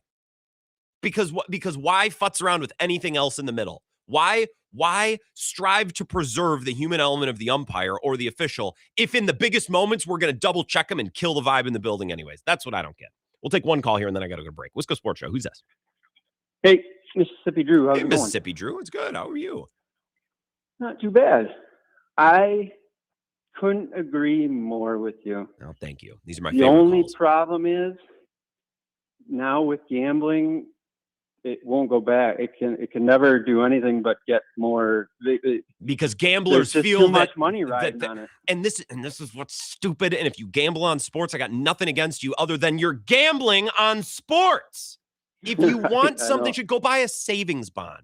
The entitlement that sports gamblers have, that we're supposed to make our sports less sporting so their bets can feel more proper. It goes so far up my rear end. It annoys the hell out of me. If you don't want that, and if you're incapable of dealing with that, sports bettors, go buy a savings bond. Yep. And the other thing is too, it evens out. Like the imperfectness evens out. It's not like it's going to go all one team's way all the time. Like that's not how it works. Like what your eye sees for this team, your eye will see for that team. Like, yeah, I couldn't agree more. It's sad. I like the human element. Appreciate it, Mississippi Drew. I got to run around. I got to run. I got to take a break. I like the human element of the umpire going, yeah. Or the guy who turns around and, did I say F around? Did I say the F word? I don't think so. I think I said F around. I'm watching the live stream here. I hope I didn't say the F word. If I did, I didn't notice. I apologize. Angel Hernandez might be to blame for this. Like, there are umpires so bad that we felt like we need to go to these lengths. But I like the referees that ring them up, or was it Brian Knight, the Ripper, who turned around, or like just fist, like a stab, like a jackknife. That's what, like, I like that. That's good. And then I like the manager coming in and barking and kicking. Like, we're going to lose all of this stuff. But at least we'll get the calls right. Okay. Well, but at what cost? Not to be dramatic, but like, at what cost? We're going to lose all of the great parts of our sport in the meantime. Let's take a break here. A couple minutes. We'll come back. Let's talk about the Brewers and William Contreras on the other side. This is the Wisco Sports Show with Grant Bills on the Wisconsin Sports Zone Radio Network. There's never been a better time to experience Pella in person and get all your questions answered. Join us at the Neary Spring Home Improvement Show, February 13th through the 15th at Wisconsin State Fair Park. Book your in-home consultation at the show and receive a free Design Works rendering. Rest easy with Pella's 10-year limited warranty and get 0% interest for up to 48 months. Set your free in-home consultation at PellaWI.com.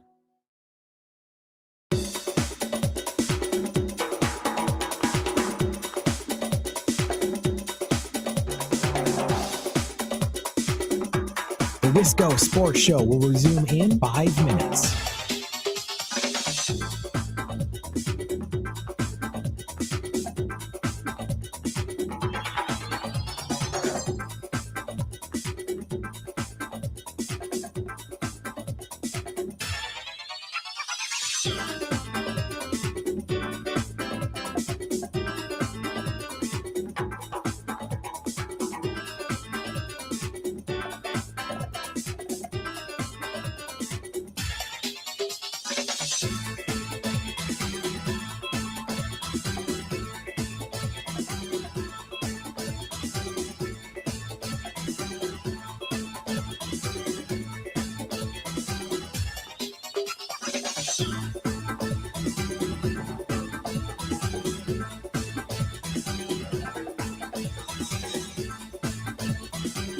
The Wisco Sports Show will resume in 4 minutes.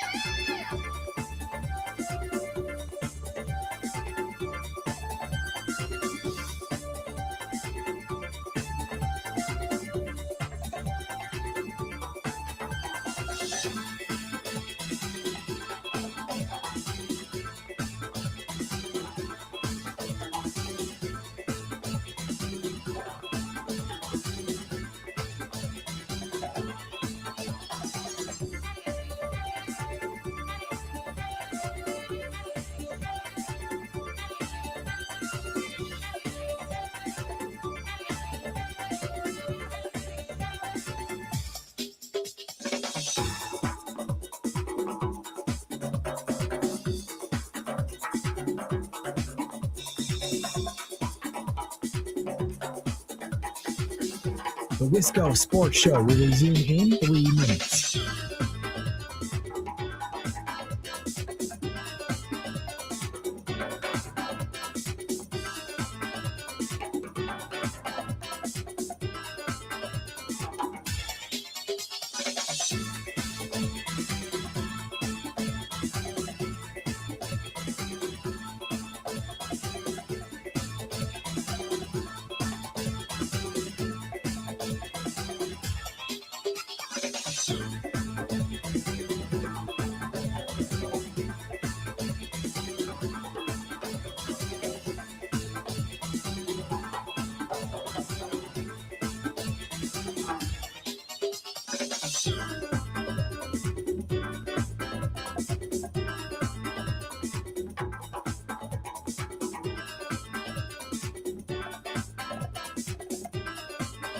The Wisco Sports Show will resume in 2 minutes.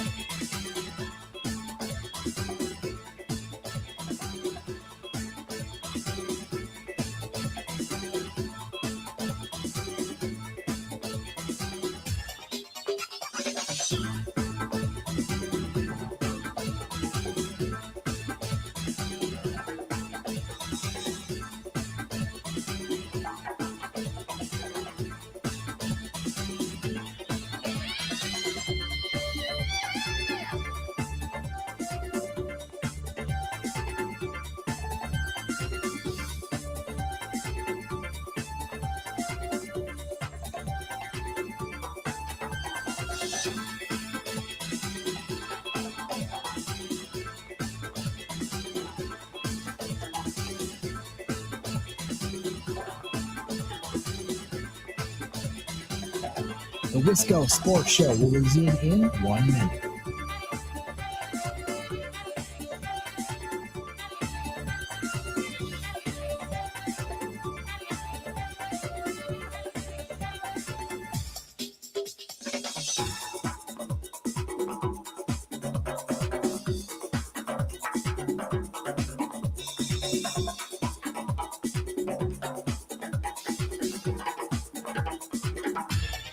The Wisco Sports Show will resume in 30 seconds.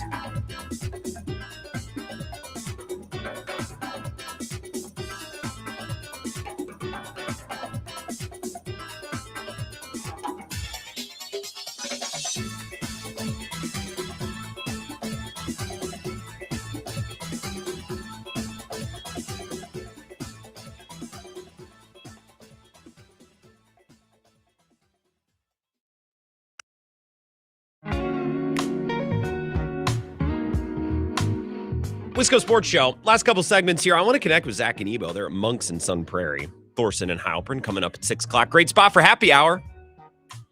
And I like this time of year. Days are getting longer. I walked to the bathroom over the commercial break, and it's not completely dark outside yet. Makes me want to go get a delicious ice cold Miller Lite from Nico at the bar. See Zach and Ebo. We'll talk to them for a couple of minutes. Follow up on our last segment. Jerry tweets in. I love Jerry's tweets always. Says, without replay, I'm not sure I'd take the chances of being a ref. In this environment, the odds of being doxxed and threatened are probably pretty high. And I think it was Mississippi Drew in the last segment who called in and said, hey, with gambling, we got to do this replay stuff because there's just too much on the line. The stakes are too high. We got to get it right. If you are a sports gambler, I wish you nothing but good fortune in all of your bets. And I hope that you're not porked out of a big payoff because a ref, makes a bad call. You understand that you're betting on sports, which are wildly unpredictable, very volatile. That's what you're choosing to invest your money in. That's what you're doing. If you want something that has no volatility, if you want something that's completely predictable and controllable, buy a savings bond. So we're supposed to reshape the entire way that we do and consume sports because you threw $25 on a parlay. You're like, hey, if Tom Hallion bones me here, I'm out 25. But if he makes the right call, I win 300. That's why it's betting. That's why it's betting. So then, where does it end? If Joey Ortiz boots a ball at short, and that's the difference between you winning and losing, do we take punitive action on Joey Ortiz? Well, I would have hit my bet if the shortstop just makes the basic play. What are you supposed to go in and review and overturn that error? and correct that so you can hit your bet?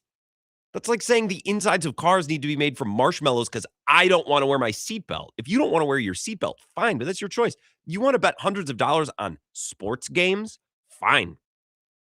But don't make it everyone else's problem when Brian Knight calls a strike on a ball that's like an inch off the zone. Like, I don't care that you had money on the game. I don't, no one cares other than you, and I'm happy that you care, but you're betting on sports, man. You're not buying precious metals. Although I saw, did gold take a bath today? I think I saw that on Twitter. Luckily, I was just about to buy so much of it. 608-321-1670. Let's go sports show. Who's this? Hey, Grant. This is Mad Max from the Tunnels of Racine. Hey, Mad Max. What's going on? Hey, yeah, I totally agree with your take about the automated strike zone. I mean, and just the pandering to gamblers in society. I just don't think that's right. I think society was better when you had to go to a sports book like Pato to physically place a bet when, rather than just have all these apps right on your fingertips. Just in my view, it's ruining the lives of young men, just as bad as internet porn. It's just kind of like how back in the day to look at, graphic material, you had to go to like a CD video store, magazine store, and not such a, and not such a great part of town. But now you have everything at your fingertips. And, but I think beyond the gambling, I think a lot of fans complain too, and they just kind of want things to be perfect. But it's just like, I kind of like when umpires miss calls because baseball's a sport that I want to have something not real to be mad about on like a Tuesday afternoon, or on a Tuesday evening in June. I don't want to be mad about the real problems in the world, like the fact that the whole world is run by a cabal of satanic pedophiles that worship Moloch and drink baby blood, which the Epstein files have pretty much proven. So we want fake problems to be mad about, don't we? I do. I like being mad at baseball games. And it comes around. Like, Mad Max, you watch enough of these things. You know that one night you might get a good call, the other night you might get a bad call. I think it all comes out in the wash. And I want the theatrics of manager v. umpire. The game within the game of working the ump or arguing with the ump or the ejection and then the meltdown of the manager. Like, I want that stuff. Yeah, and unfortunately, replay kind of took that part out of the game too. Just like I remember growing up, and I remember watching Lou Piniella and the umpire get face to face. Bobby Cox was really good at that. Jim Leland, and even Ned Yost, I remember had some good meltdowns back in the day. I remember being at some games where I think he was kicking dirt all over the place and just was throwing his hat, and just that's part of the game that's kind of lost, unfortunately. I think so too. And I think it's about to get even worse with just how they're automating everything. I've been hammering home the point that technology and AI is going to be our downfall. We are losing recipes slowly but surely. We're losing what makes us human and the human parts of our sports, which are the best parts. Mad Max. Yeah, I would agree. And do you want to hear another kind of crazy take I have about because I heard Bill, you and Bill were talking about the MLB lockout, and it's come to my attention recently that the MLB lockout is a complete psyop because the real purpose behind the lockout, it's not because of the Dodgers, it's not because of spending, but it's because the owners are planning on using AI players. So the players are going to be put out of work. They're currently building all the clones down in the tunnels. Because Grant, do you remember when I called about Hank the dog and the cloning of that earlier? Because the cabal when the cabal is doing their evil deeds, like the pandemic, when they were testing, they tested the virus on bats first before they released it to humans. That's what the Brewers and MLB were doing, testing the clones on Hank the dog. Okay. And then they were running out all the Hank the dog clones, to act like it was a real dog. And then when the testing was complete, they announced Hank's death. But now they're cloning it on the players, and this real lockout is going to be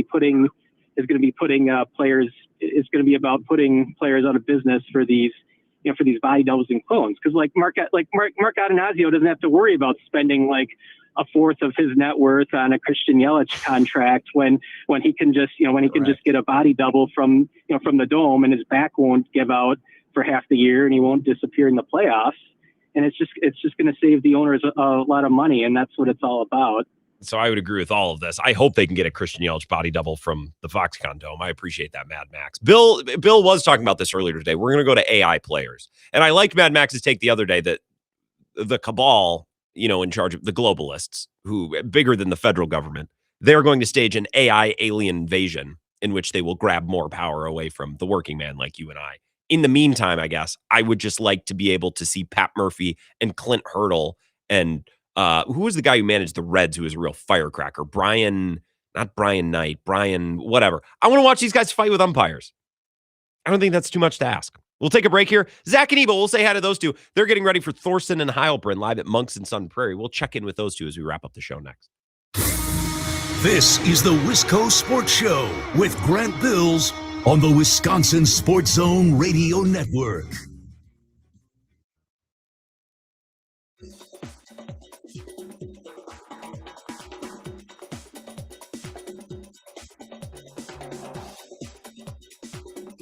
The Wisco Sports Show will resume in 3 minutes.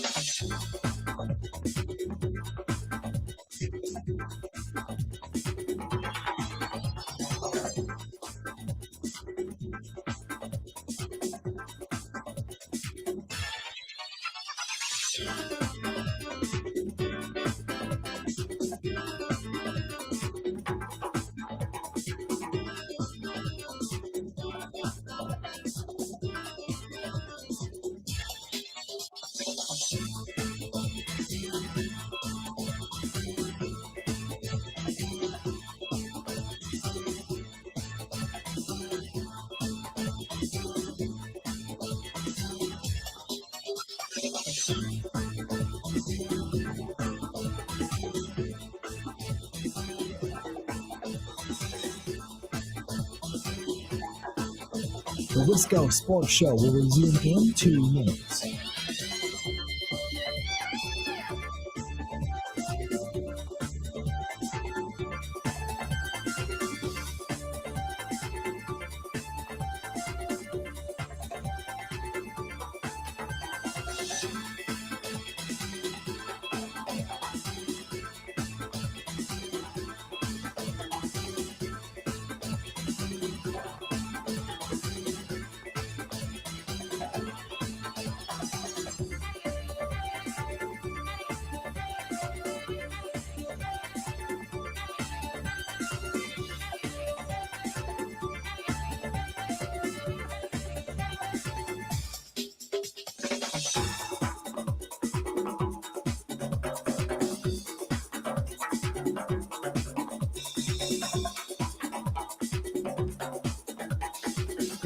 The Wisco Sports Show will resume in 1 minute.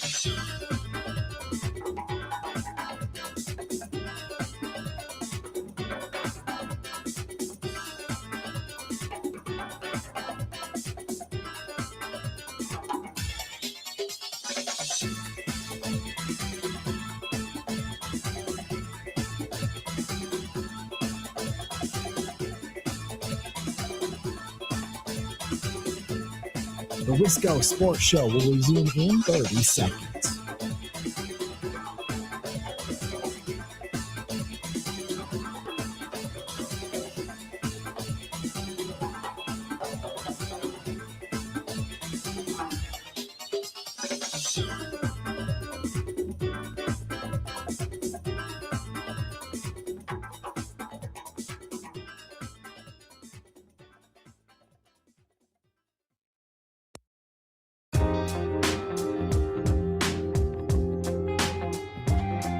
All right, last couple minutes here. Always appreciate a call from Mad Max in the tunnels under Racine. A lot of things going on these days. Voices like Max are especially important. Appreciate Mike Clemens as well. Good reaction to the United States versus Latvia. I like those Latvia jerseys, by the way. I'm a maroon man, though. My high school and my college. I'm a big fan of the maroon. United States winning 5-1. So we talked a little bit about that. If you missed it, catch the podcast. Don't miss these two. What an engaging program every week at Monks and Sun Prairie. It's Ebo Thorson and Zach Heilbronn, the members of Thorson and Heilbronn, getting ready to take over in a couple minutes. Gentlemen, good evening. Good evening, Grant. Good evening, Grant. I was